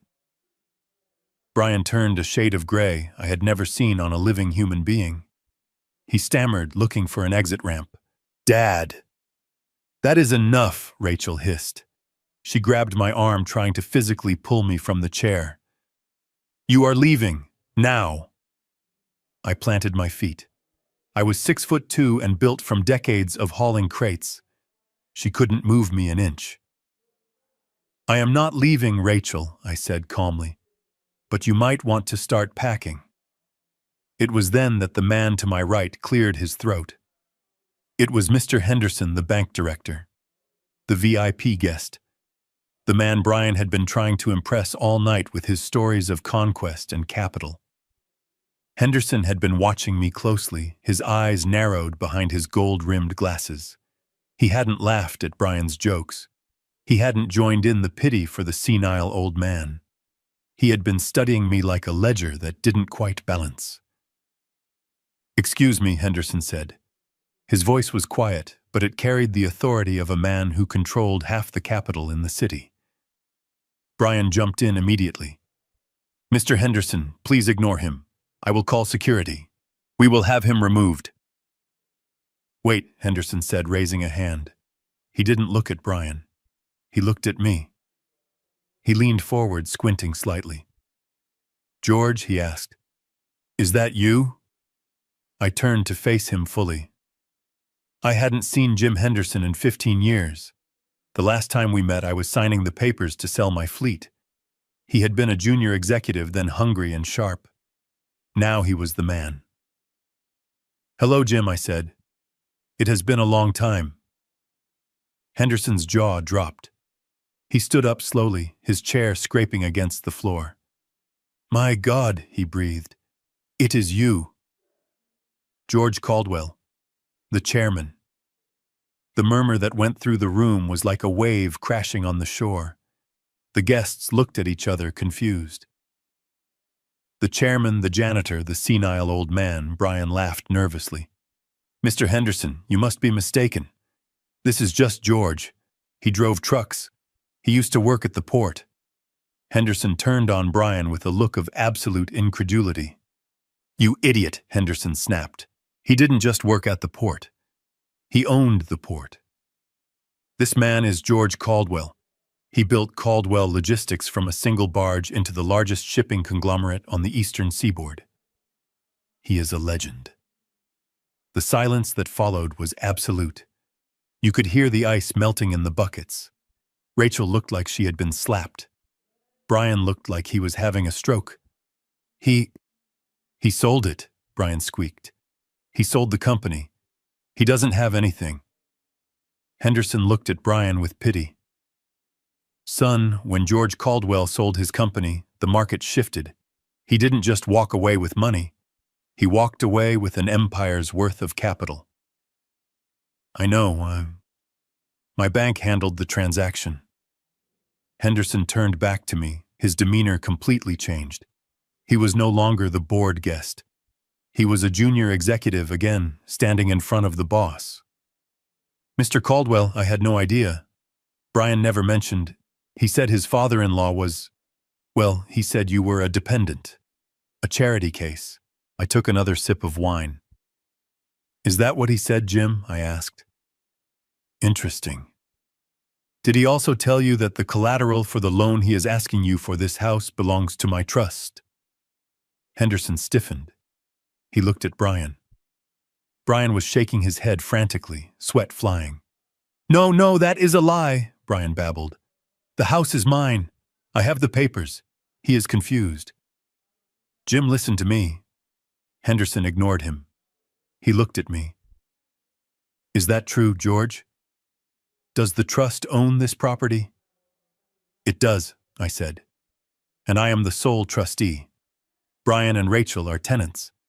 Tenants who haven't paid rent in 3 years because I covered it. Tenants who are currently in default." I reached into my pocket and pulled out the folded piece of paper Leonard had given me. I slid it across the white tablecloth. It stopped right in front of Henderson's plate. "This is the eviction notice," I said. "And this." I pulled out the second paper, the one Elias had sent me. The copy of the forged loan document with the fake notary stamp. "This is the document Brian sent to the hard money lenders in Jersey. You might recognize the signature. It is supposed to be mine." Henderson picked up the paper. He adjusted his glasses. He looked at the signature. Then he looked at Brian. "This is a forgery," Henderson said, his voice cold as liquid nitrogen. "A bad one. And this lien, this is illegal. You are trying to leverage an asset you don't own to secure a predatory loan." Brian was backing away, now his hands up as if to ward off a blow. "It wasn't me. It was a mistake. The paperwork got mixed up. Rachel, tell them." Rachel didn't say a word. She was staring at me, her eyes wide with a mixture of horror and realization. She wasn't looking at a senile old man anymore. She was looking at the man who used to negotiate contracts with mob bosses and win. She was seeing the father she had forgotten existed. "You lied to me," Henderson said to Brian. "You brought me here to this house, gave me this wine, and pitched me a business plan based on fraud. Do you know what the bank does with fraud?" Brian didn't answer. He couldn't. He was hyperventilating. "We prosecute," Henderson said. The guests were standing up now. The dinner was over. The illusion was shattered. The successful real estate mogul was just a grifter in a borrowed suit. The elegant hostess was a thief who stole from her own father. And the embarrassing old man in the flannel shirt was the only person in the room who actually owned anything. I stood up. I towered over the table. "You wanted me to leave Rachel," I said. "You wanted me to go so I wouldn't embarrass you in front of the important people. Well, the important people are here, and I think they are very interested in what I have to say." I looked at Brian. "You called me a janitor," I said. "You were right. I am a janitor. And tonight I am taking out the trash." I looked toward the hallway. Leonard was there. He nodded. The time for talk was over. The time for consequences had arrived. I turned back to Henderson. "Jim, I apologize for ruining your evening, but I think you should check your compliance logs tomorrow. If Brian has any other accounts with you, freeze them." "I will," George Henderson said. "Believe me, I will." Rachel grabbed my arm again. "Dad, please. Stop. We can fix this. We can talk. Don't do this." I looked at her hand. Then I looked at her face. I saw the fear. But I didn't see love. I saw a woman who was afraid of losing her car, her house, her status. I didn't see a daughter who was afraid of losing her father. "We are done talking, Rachel," I said. I signaled to Leonard. He stepped into the room. The police officers followed him. The room gasped. "This is not a dinner party anymore," I announced. "This is a crime scene." Brian let out a sob and tried to run for the back door, but he tripped over his own feet and fell crashing into the sideboard. The vase of flowers shattered water and glass spreading across the floor. He lay there pathetic and broken in a puddle of expensive water. I looked down at him.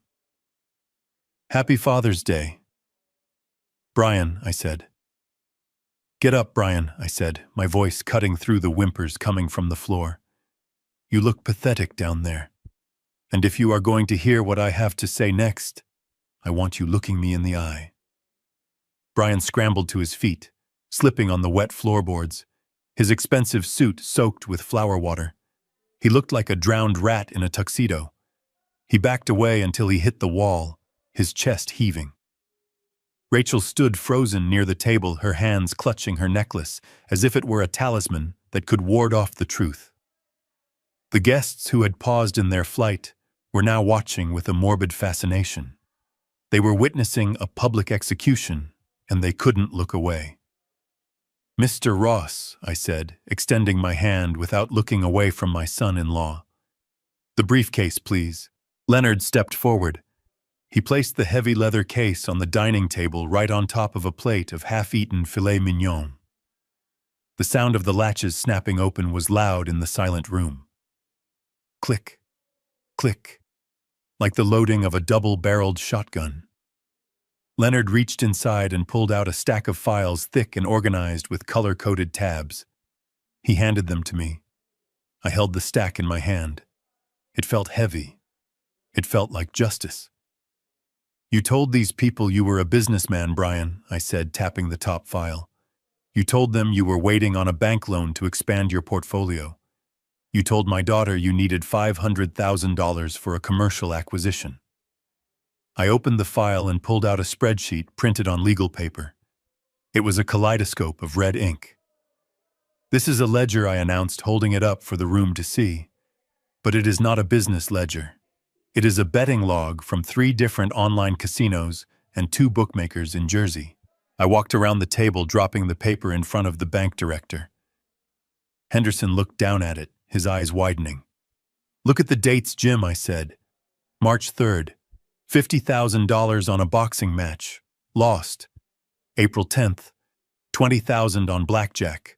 Lost. May 5th, 100 grand on a horse that came in last. I turned back to Brian. You didn't need a business loan, Brian. You needed a bailout. You lost $350,000 in 6 months. You gambled away your savings. You gambled away the college fund I set up for my grandson. And when that wasn't enough, you tried to gamble away my house. Brian was shaking his head, tears streaming down his face. It was an investment. I have a system. I was going to win it back. I just needed liquidity. Liquidity? I laughed. It was a harsh barking sound. You don't need liquidity, son. You need a lawyer. Because this...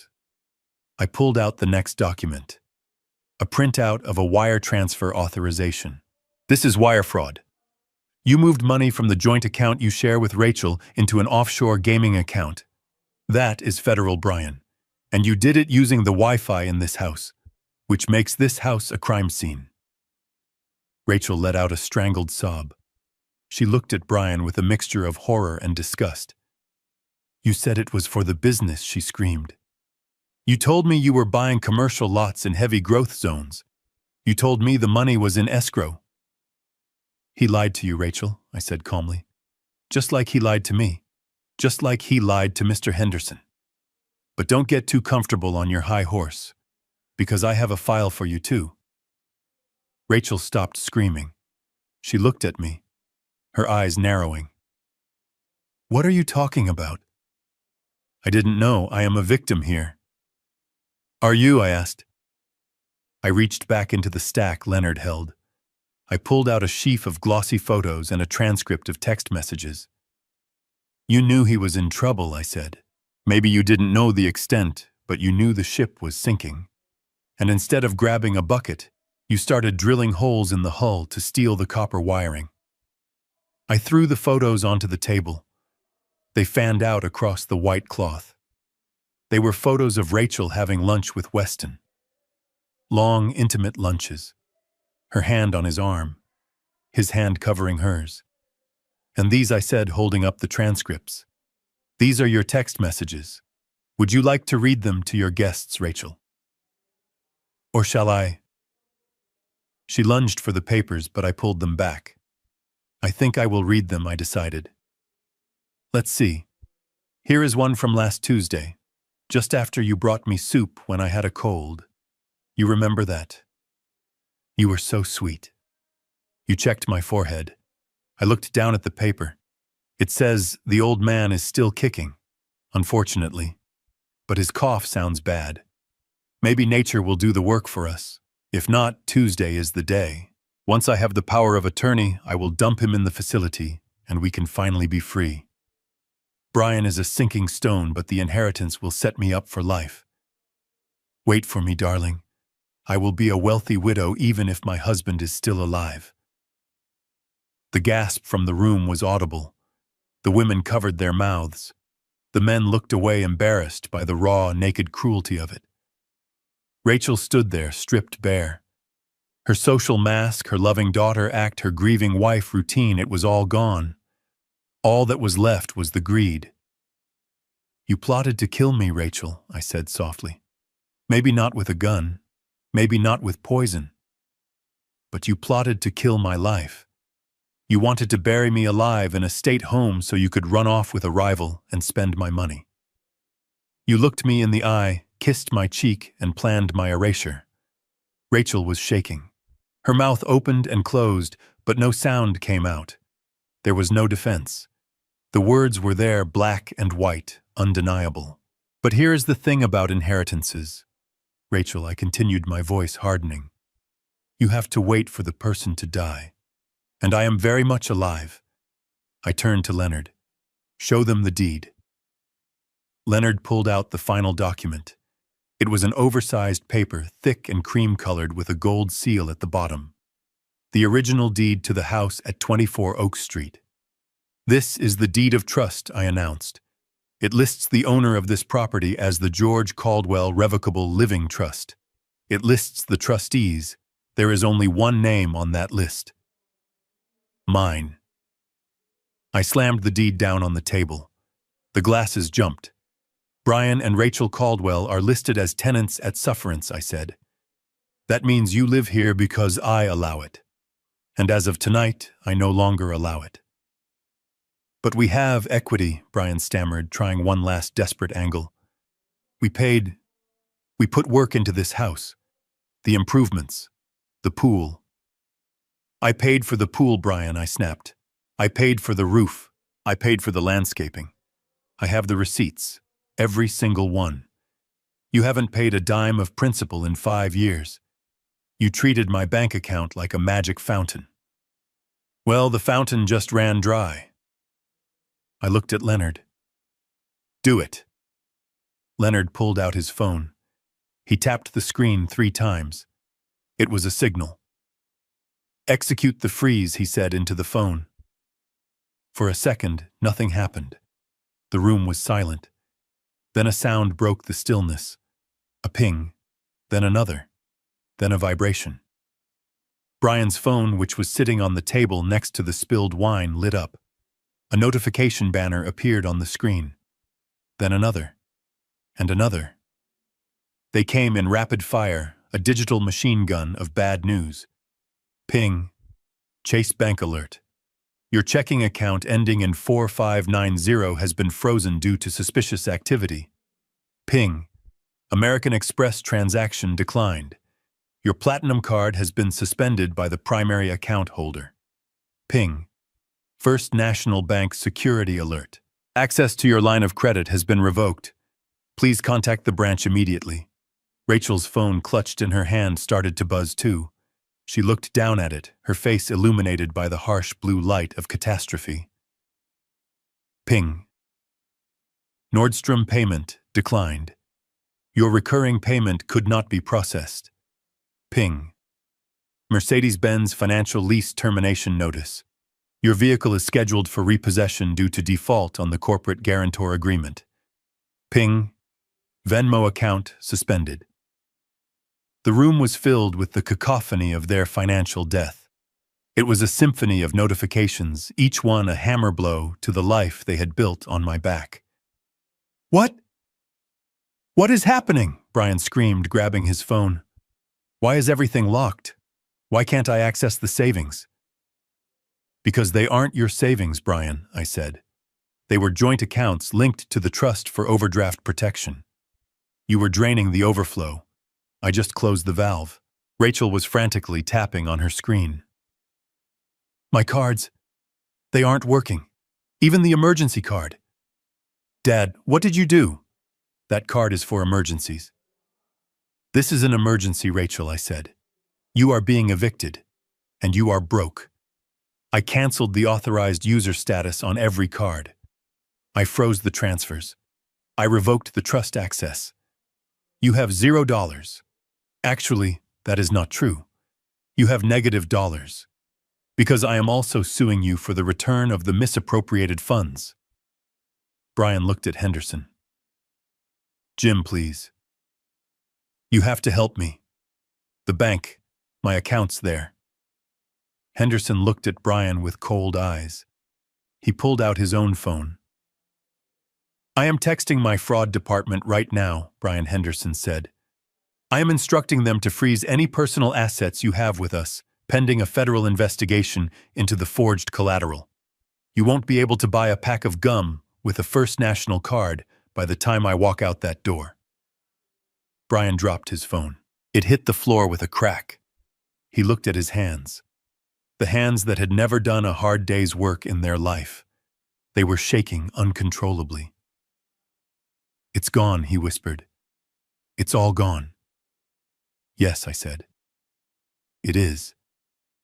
The cars, the club memberships, the dinners, the trips. It is all gone. Because you didn't earn it. You stole it. And thieves don't get to keep the loot when the sheriff comes to town. I looked at Rachel. She was staring at her phone, watching the notifications pile up like snow.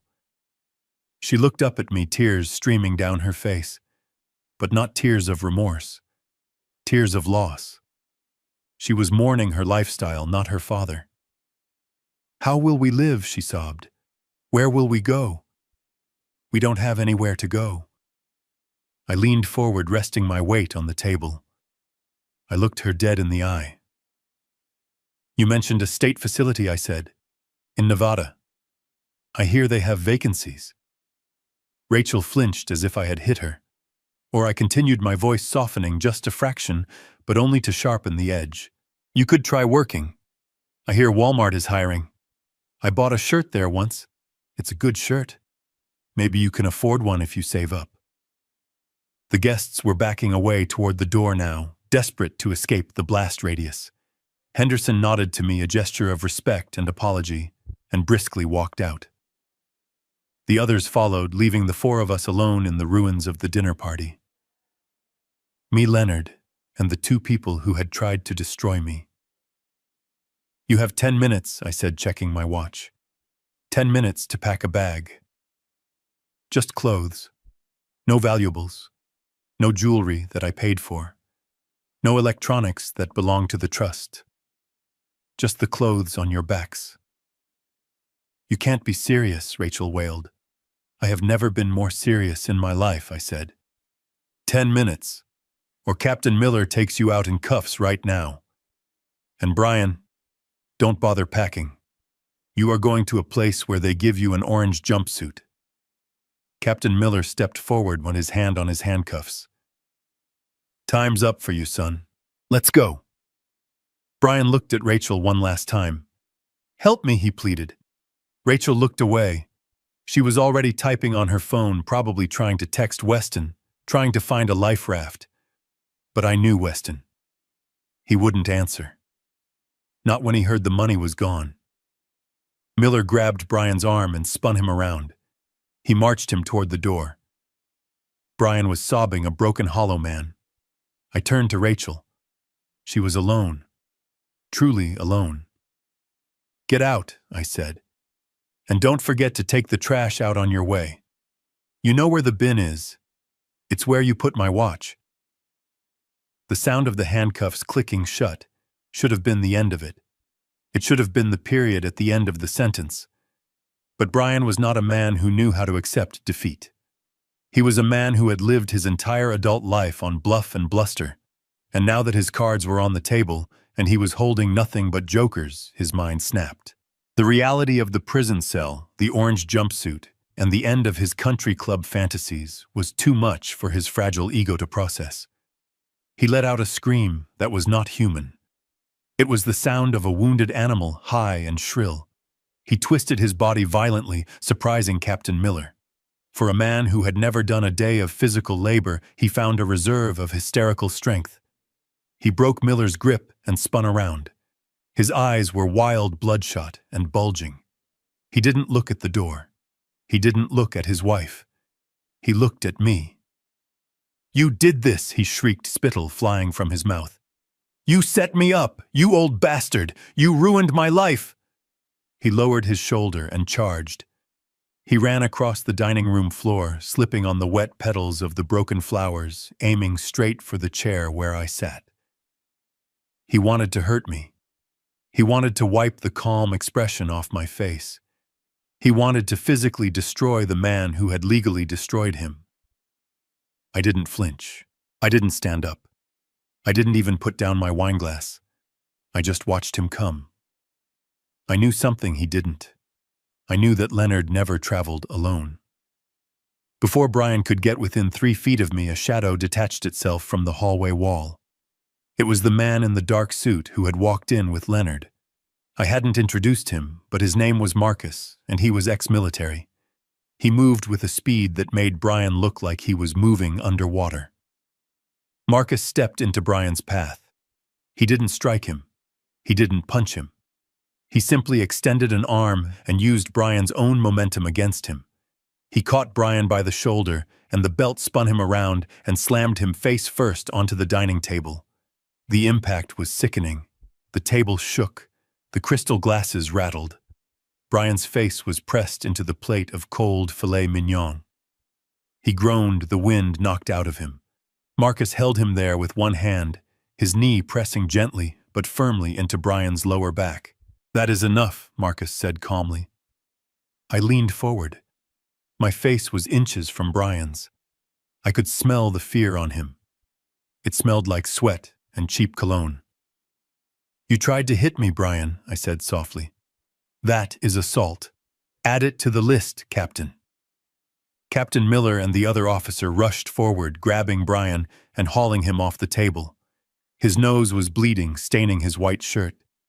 He was sobbing now, the fight completely gone, replaced by the pathetic whimpering of a bully who has finally met a bigger stick. "Get him out of here," I said, waving my hand dismissively. "He is staining the tablecloth." They dragged him toward the door. He kicked and screamed, begging Rachel to help him, begging me for mercy, begging God for a miracle. But nobody was listening. The door slammed shut behind him, cutting off his wails. The room was quiet again. Rachel was standing by the window, her hands covering her mouth, her eyes wide with shock. She wasn't looking at the door, where her husband had just been taken away. She was looking at me. She looked terrified. I stood up. My knees popped, but I felt tall. I felt immense.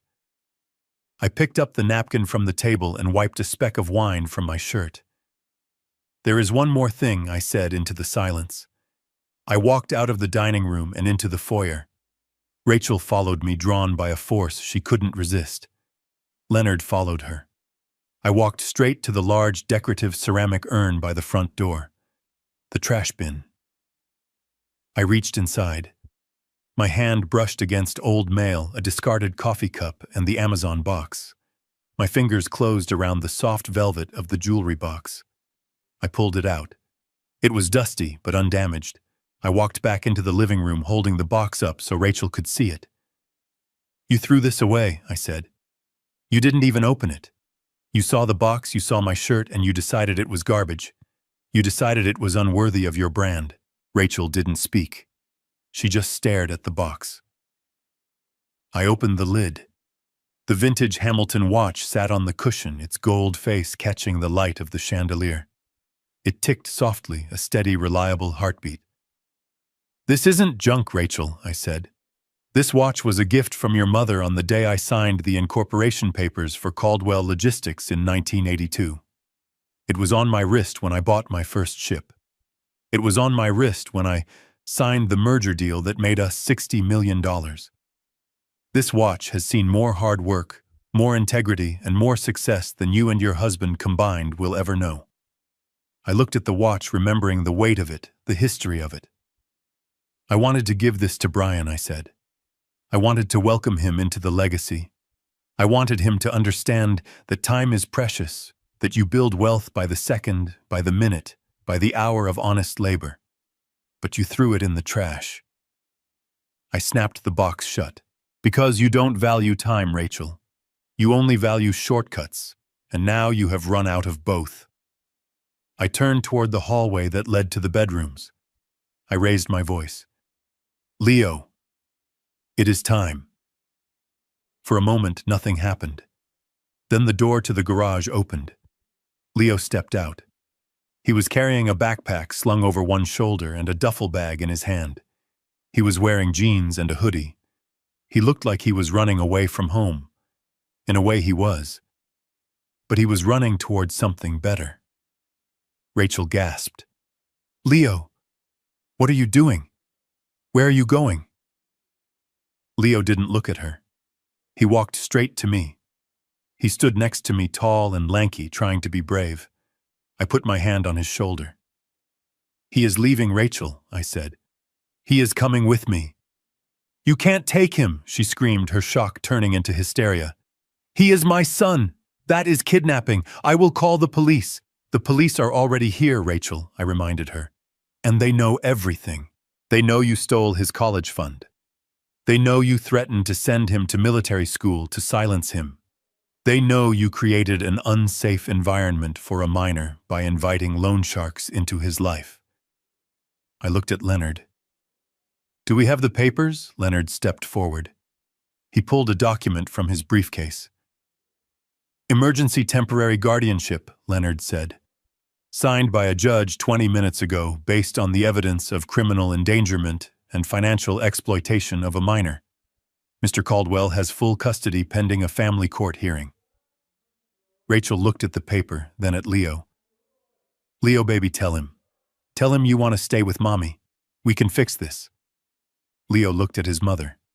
His eyes were sad but dry. You sold Grandpa's records, Mom, he said. And you told me to lie. You told me to pretend he wasn't my grandfather. I don't want to lie anymore. He turned his back on her. It was a rejection more powerful than any court order. I handed the velvet box to Leo. Here, son, I said. This was meant for a man who understood the value of work. I think that man is you. Leo took the box. He opened it. He looked at the watch. It's beautiful, Grandpa. Put it on, I said. He took the watch out. It was a little big for his wrist, hanging slightly loose, but that was okay. He would grow into it. He would grow into the man it represented. I looked at Rachel. She was weeping now, slumped against the wall, defeated. This house is closed to you, Rachel, I said. You have 5 minutes to grab your things and leave. The locks will be changed within the hour. But the inheritance, she wailed. What about the trust? You can't cut me off completely. I am your daughter. I am amending the trust tonight, I announced. My voice was final. There is no more ambiguity. There are no more stipends. I pointed to Leo. This is the heir, I said. The Caldwell Family Trust now has one sole beneficiary, Leo Caldwell. The assets, the properties, the investments, they are held in his name, protected by me until he turns 25. You get nothing. Nothing, she whispered. You get the consequences of your actions, I said. And that is more than you deserve. I put my arm around Leo's shoulders. Come on, son, I said. Let's go. I know a diner that serves real food. And then we are going home. To a place where nobody asks you to lie. We walked toward the front door. We walked past Rachel, who was sliding down the wall to the floor. We walked past the spilled wine and the broken flowers. We walked out of the house of lies and into the cool night air. The police cruiser was pulling away with Brian in the back. The tow truck was backing into the driveway to hook up the Mercedes. The world was correcting itself. I helped Leo into the truck. I climbed into the driver's seat. I looked at him. He was rubbing his thumb over the gold face of the watch. Ready, I asked. He looked at me and smiled. A real smile. Ready, Grandpa. I put the truck in gear and drove away. I didn't look back at the mansion. It was just a building. My legacy was sitting in the passenger seat next to me, and we had a lot of work to do. The flashing red and blue lights of the police cruiser bathed the living room in a chaotic strobing rhythm, cutting through the warm elegance of the chandelier. Brian was gone, his screams fading into the night as Captain Miller shoved him into the back of the squad car. The sound of the door slamming shut was final, a heavy metal thud that vibrated in the floorboards. Inside the house, the silence that followed was suffocating. It was just me, Leonard, the remaining officers, and Rachel. My daughter stood in the center of the room, surrounded by the wreckage of her vanity. The spilled wine looked like blood on the white carpet. The shattered vase was a jagged testament to the violence that had just occurred. She looked at the empty doorway, where her husband had just been dragged out. Then she turned her eyes to me. Her face was a ruin of mascara and terror. For the first time in her life, she wasn't looking at me with contempt or boredom. She was looking at me as the only lifeline she had left in a sea that was rapidly swallowing her whole. Dad, she whimpered, her voice cracking. They took him. They actually took him. You have to stop them. You can't let them take the father of your grandson. I looked at her, feeling a strange hollowness in my chest. There was no anger left, just a deep, icy fatigue. "He isn't a father, Rachel," I said, my voice flat. "He is a thief who stole from his own child. And you helped him." Rachel took a step toward me, her hands reaching out, trembling. "I didn't know, Dad. I swear. I didn't know he was forging signatures. I didn't know about the loan sharks. I was a victim too. He lied to me. He manipulated me." I held up a hand, stopping her in her tracks. "Stop," I said. "Just stop. I have the transcripts, Rachel. I have the messages you sent to Weston. I know you were planning to put me in a state facility. I know you were counting the days until I died. Don't insult my intelligence by pretending you were an innocent bystander. You were the architect. Brian was just the hammer." Rachel's face crumbled. She fell to her knees, not gracefully, but heavily, collapsing under the weight of her own deceit. She crawled toward me, grabbing the hem of my jeans. It was a pathetic sight, the woman who had mocked my clothes now clinging to them for salvation. "Please, Dad," she sobbed, the tears carving tracks through her makeup. "I'm sorry. I was scared. We were drowning in debt. I just wanted to save us. I am your daughter, your little girl. You can't do this to me. You can't throw me out on the street." I have nowhere to go, I looked down at her. I tried to find the little girl I had carried on my shoulders, the one who used to wait for me at the door when I came home from the docks. But she wasn't there. This woman was a stranger who had sold my vinyl records for $50, a stranger who had taught my grandson to be ashamed of his name. "You have plenty of places to go, Rachel," I said, pulling my leg away from her grasp. "You have friends, don't you? The ones you were trying to impress tonight. Call them. See if they have a guest room for a woman with no money and a criminal investigation hanging over her head." "They won't help me," she wailed. "They only liked me because of the house, because of the money." "Exactly," I said. "They liked the show, and the show is over." I looked at Leonard. He was standing by the door, his face impassive, checking his watch. It was time. "Get her out," I said. Rachel's head snapped up. "What? No. You gave me 10 minutes. You said I could pack a bag." "I did," I replied. "But that was before Brian tried to assault me. That was before you tried to lie to my face one last time. The offer is rescinded. You leave now." "But my clothes," she screamed, scrambling to her feet. "My jewelry, my laptop. I need my things." "Those aren't your things," I said, my voice rising, filling the room with the authority of the chairman. "The jewelry bought with money stolen from my accounts. The laptop purchased with the credit card you opened in my name. The clothes paid for by the mortgage payments you skipped. None of it is yours. You have been living a stolen life, Rachel. And tonight, the repo man is here."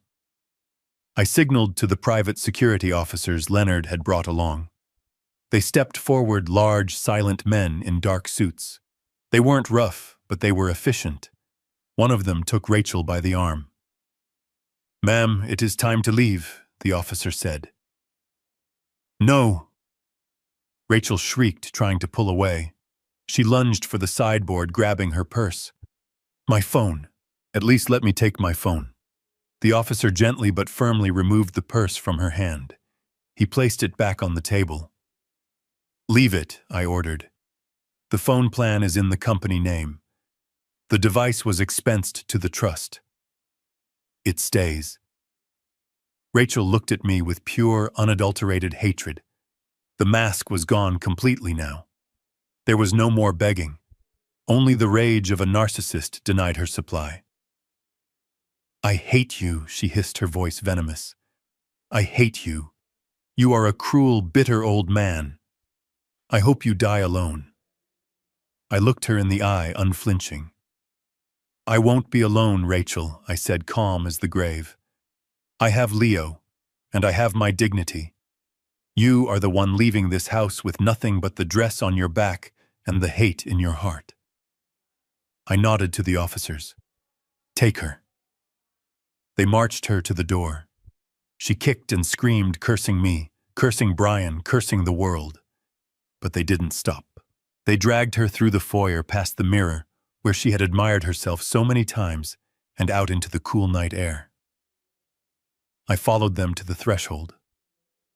I watched as they escorted her down the driveway, past my rusted Ford truck, past the manicured lawn she loved more than her father.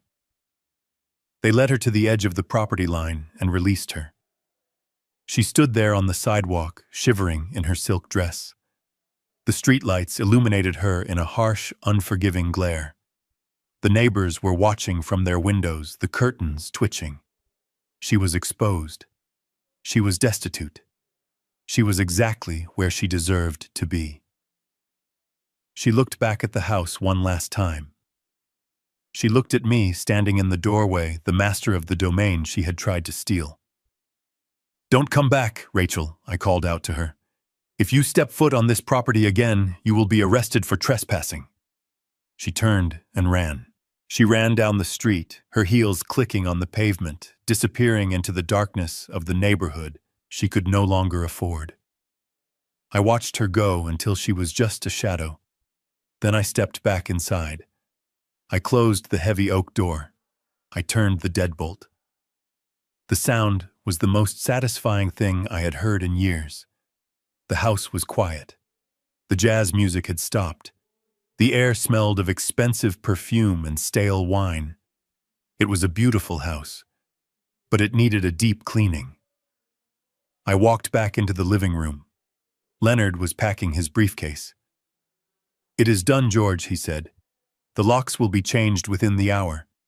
The accounts are secure." "Thank you, Leonard," I said.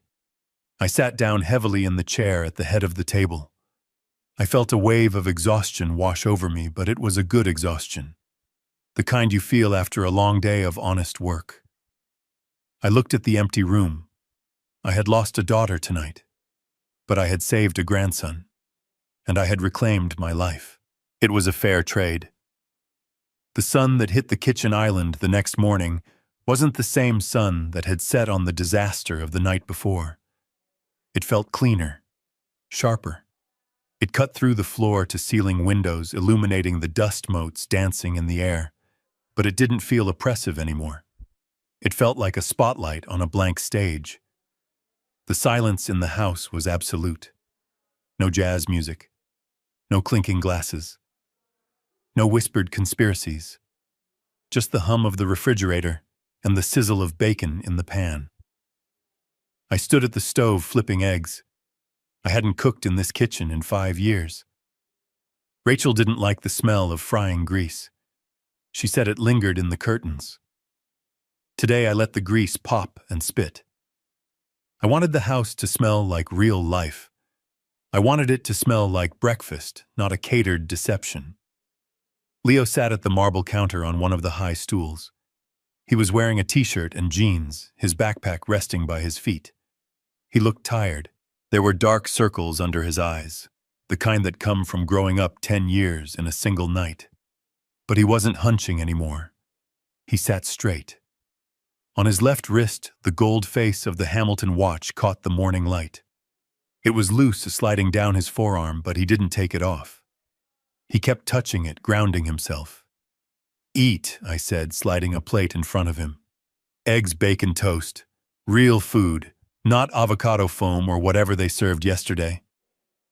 Leo picked up his fork. He took a bite, chewed slowly, and swallowed. "Thanks, Grandpa." I poured 2 mugs of black coffee. I slid one to him. He looked at it, surprised. "You are almost a man, Leo," I said. "You have seen things most men don't see until they are 40. You can drink coffee."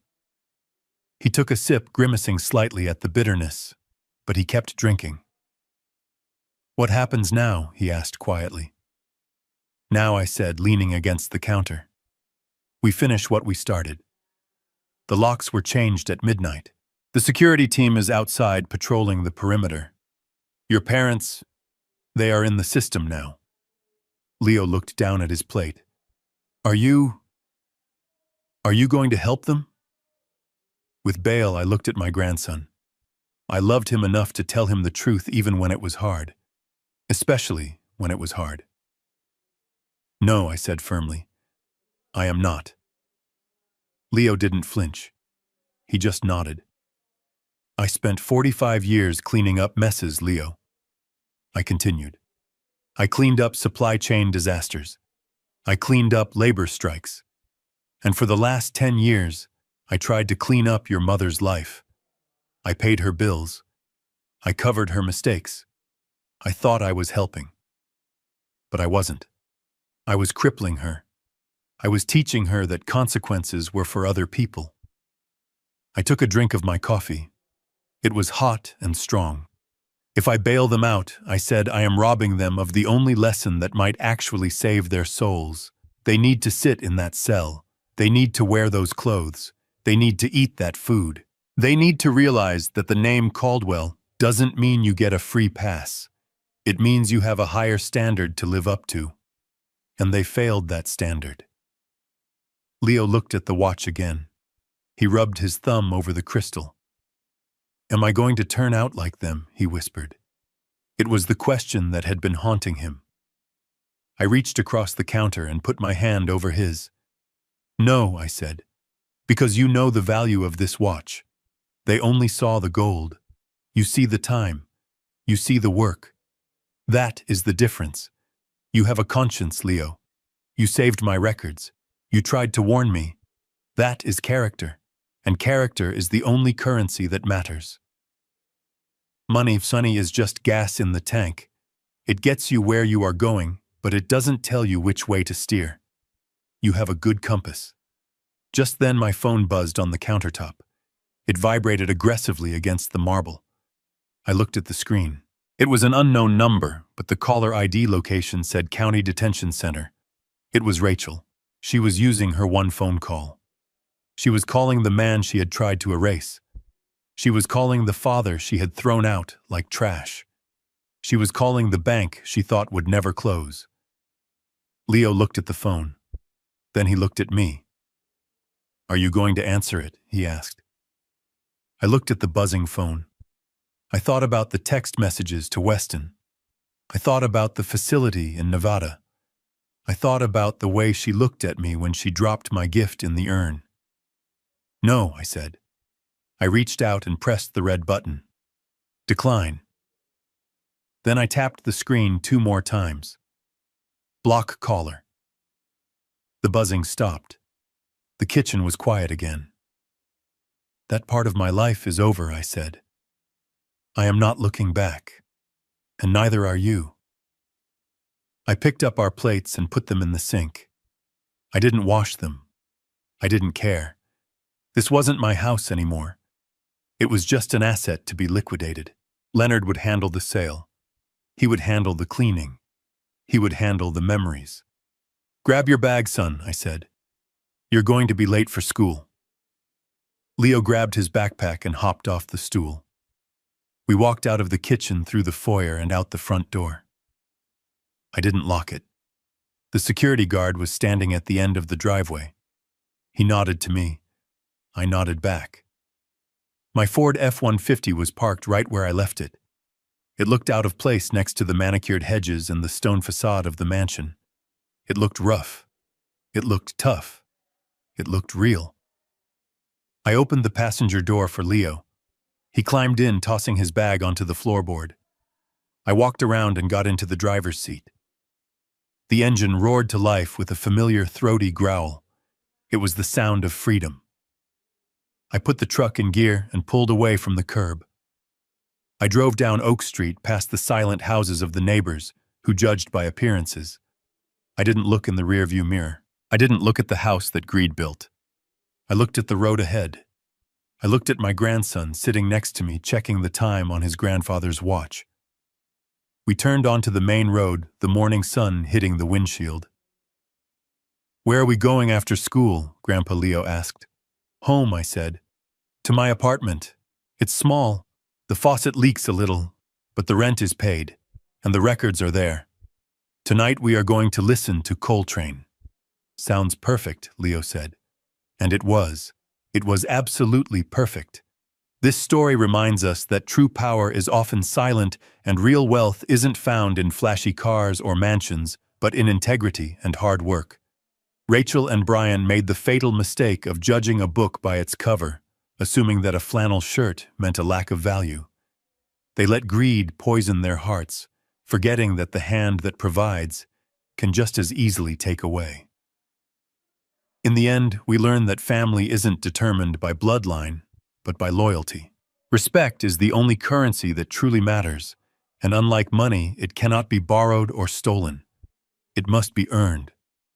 If you were George, would you have given Rachel one last chance, or did she get exactly what she deserved? Let me know your thoughts in the comments. If you enjoyed watching Justice Be Served, hit that like button and subscribe to the channel for more stories like this. See you in the next one.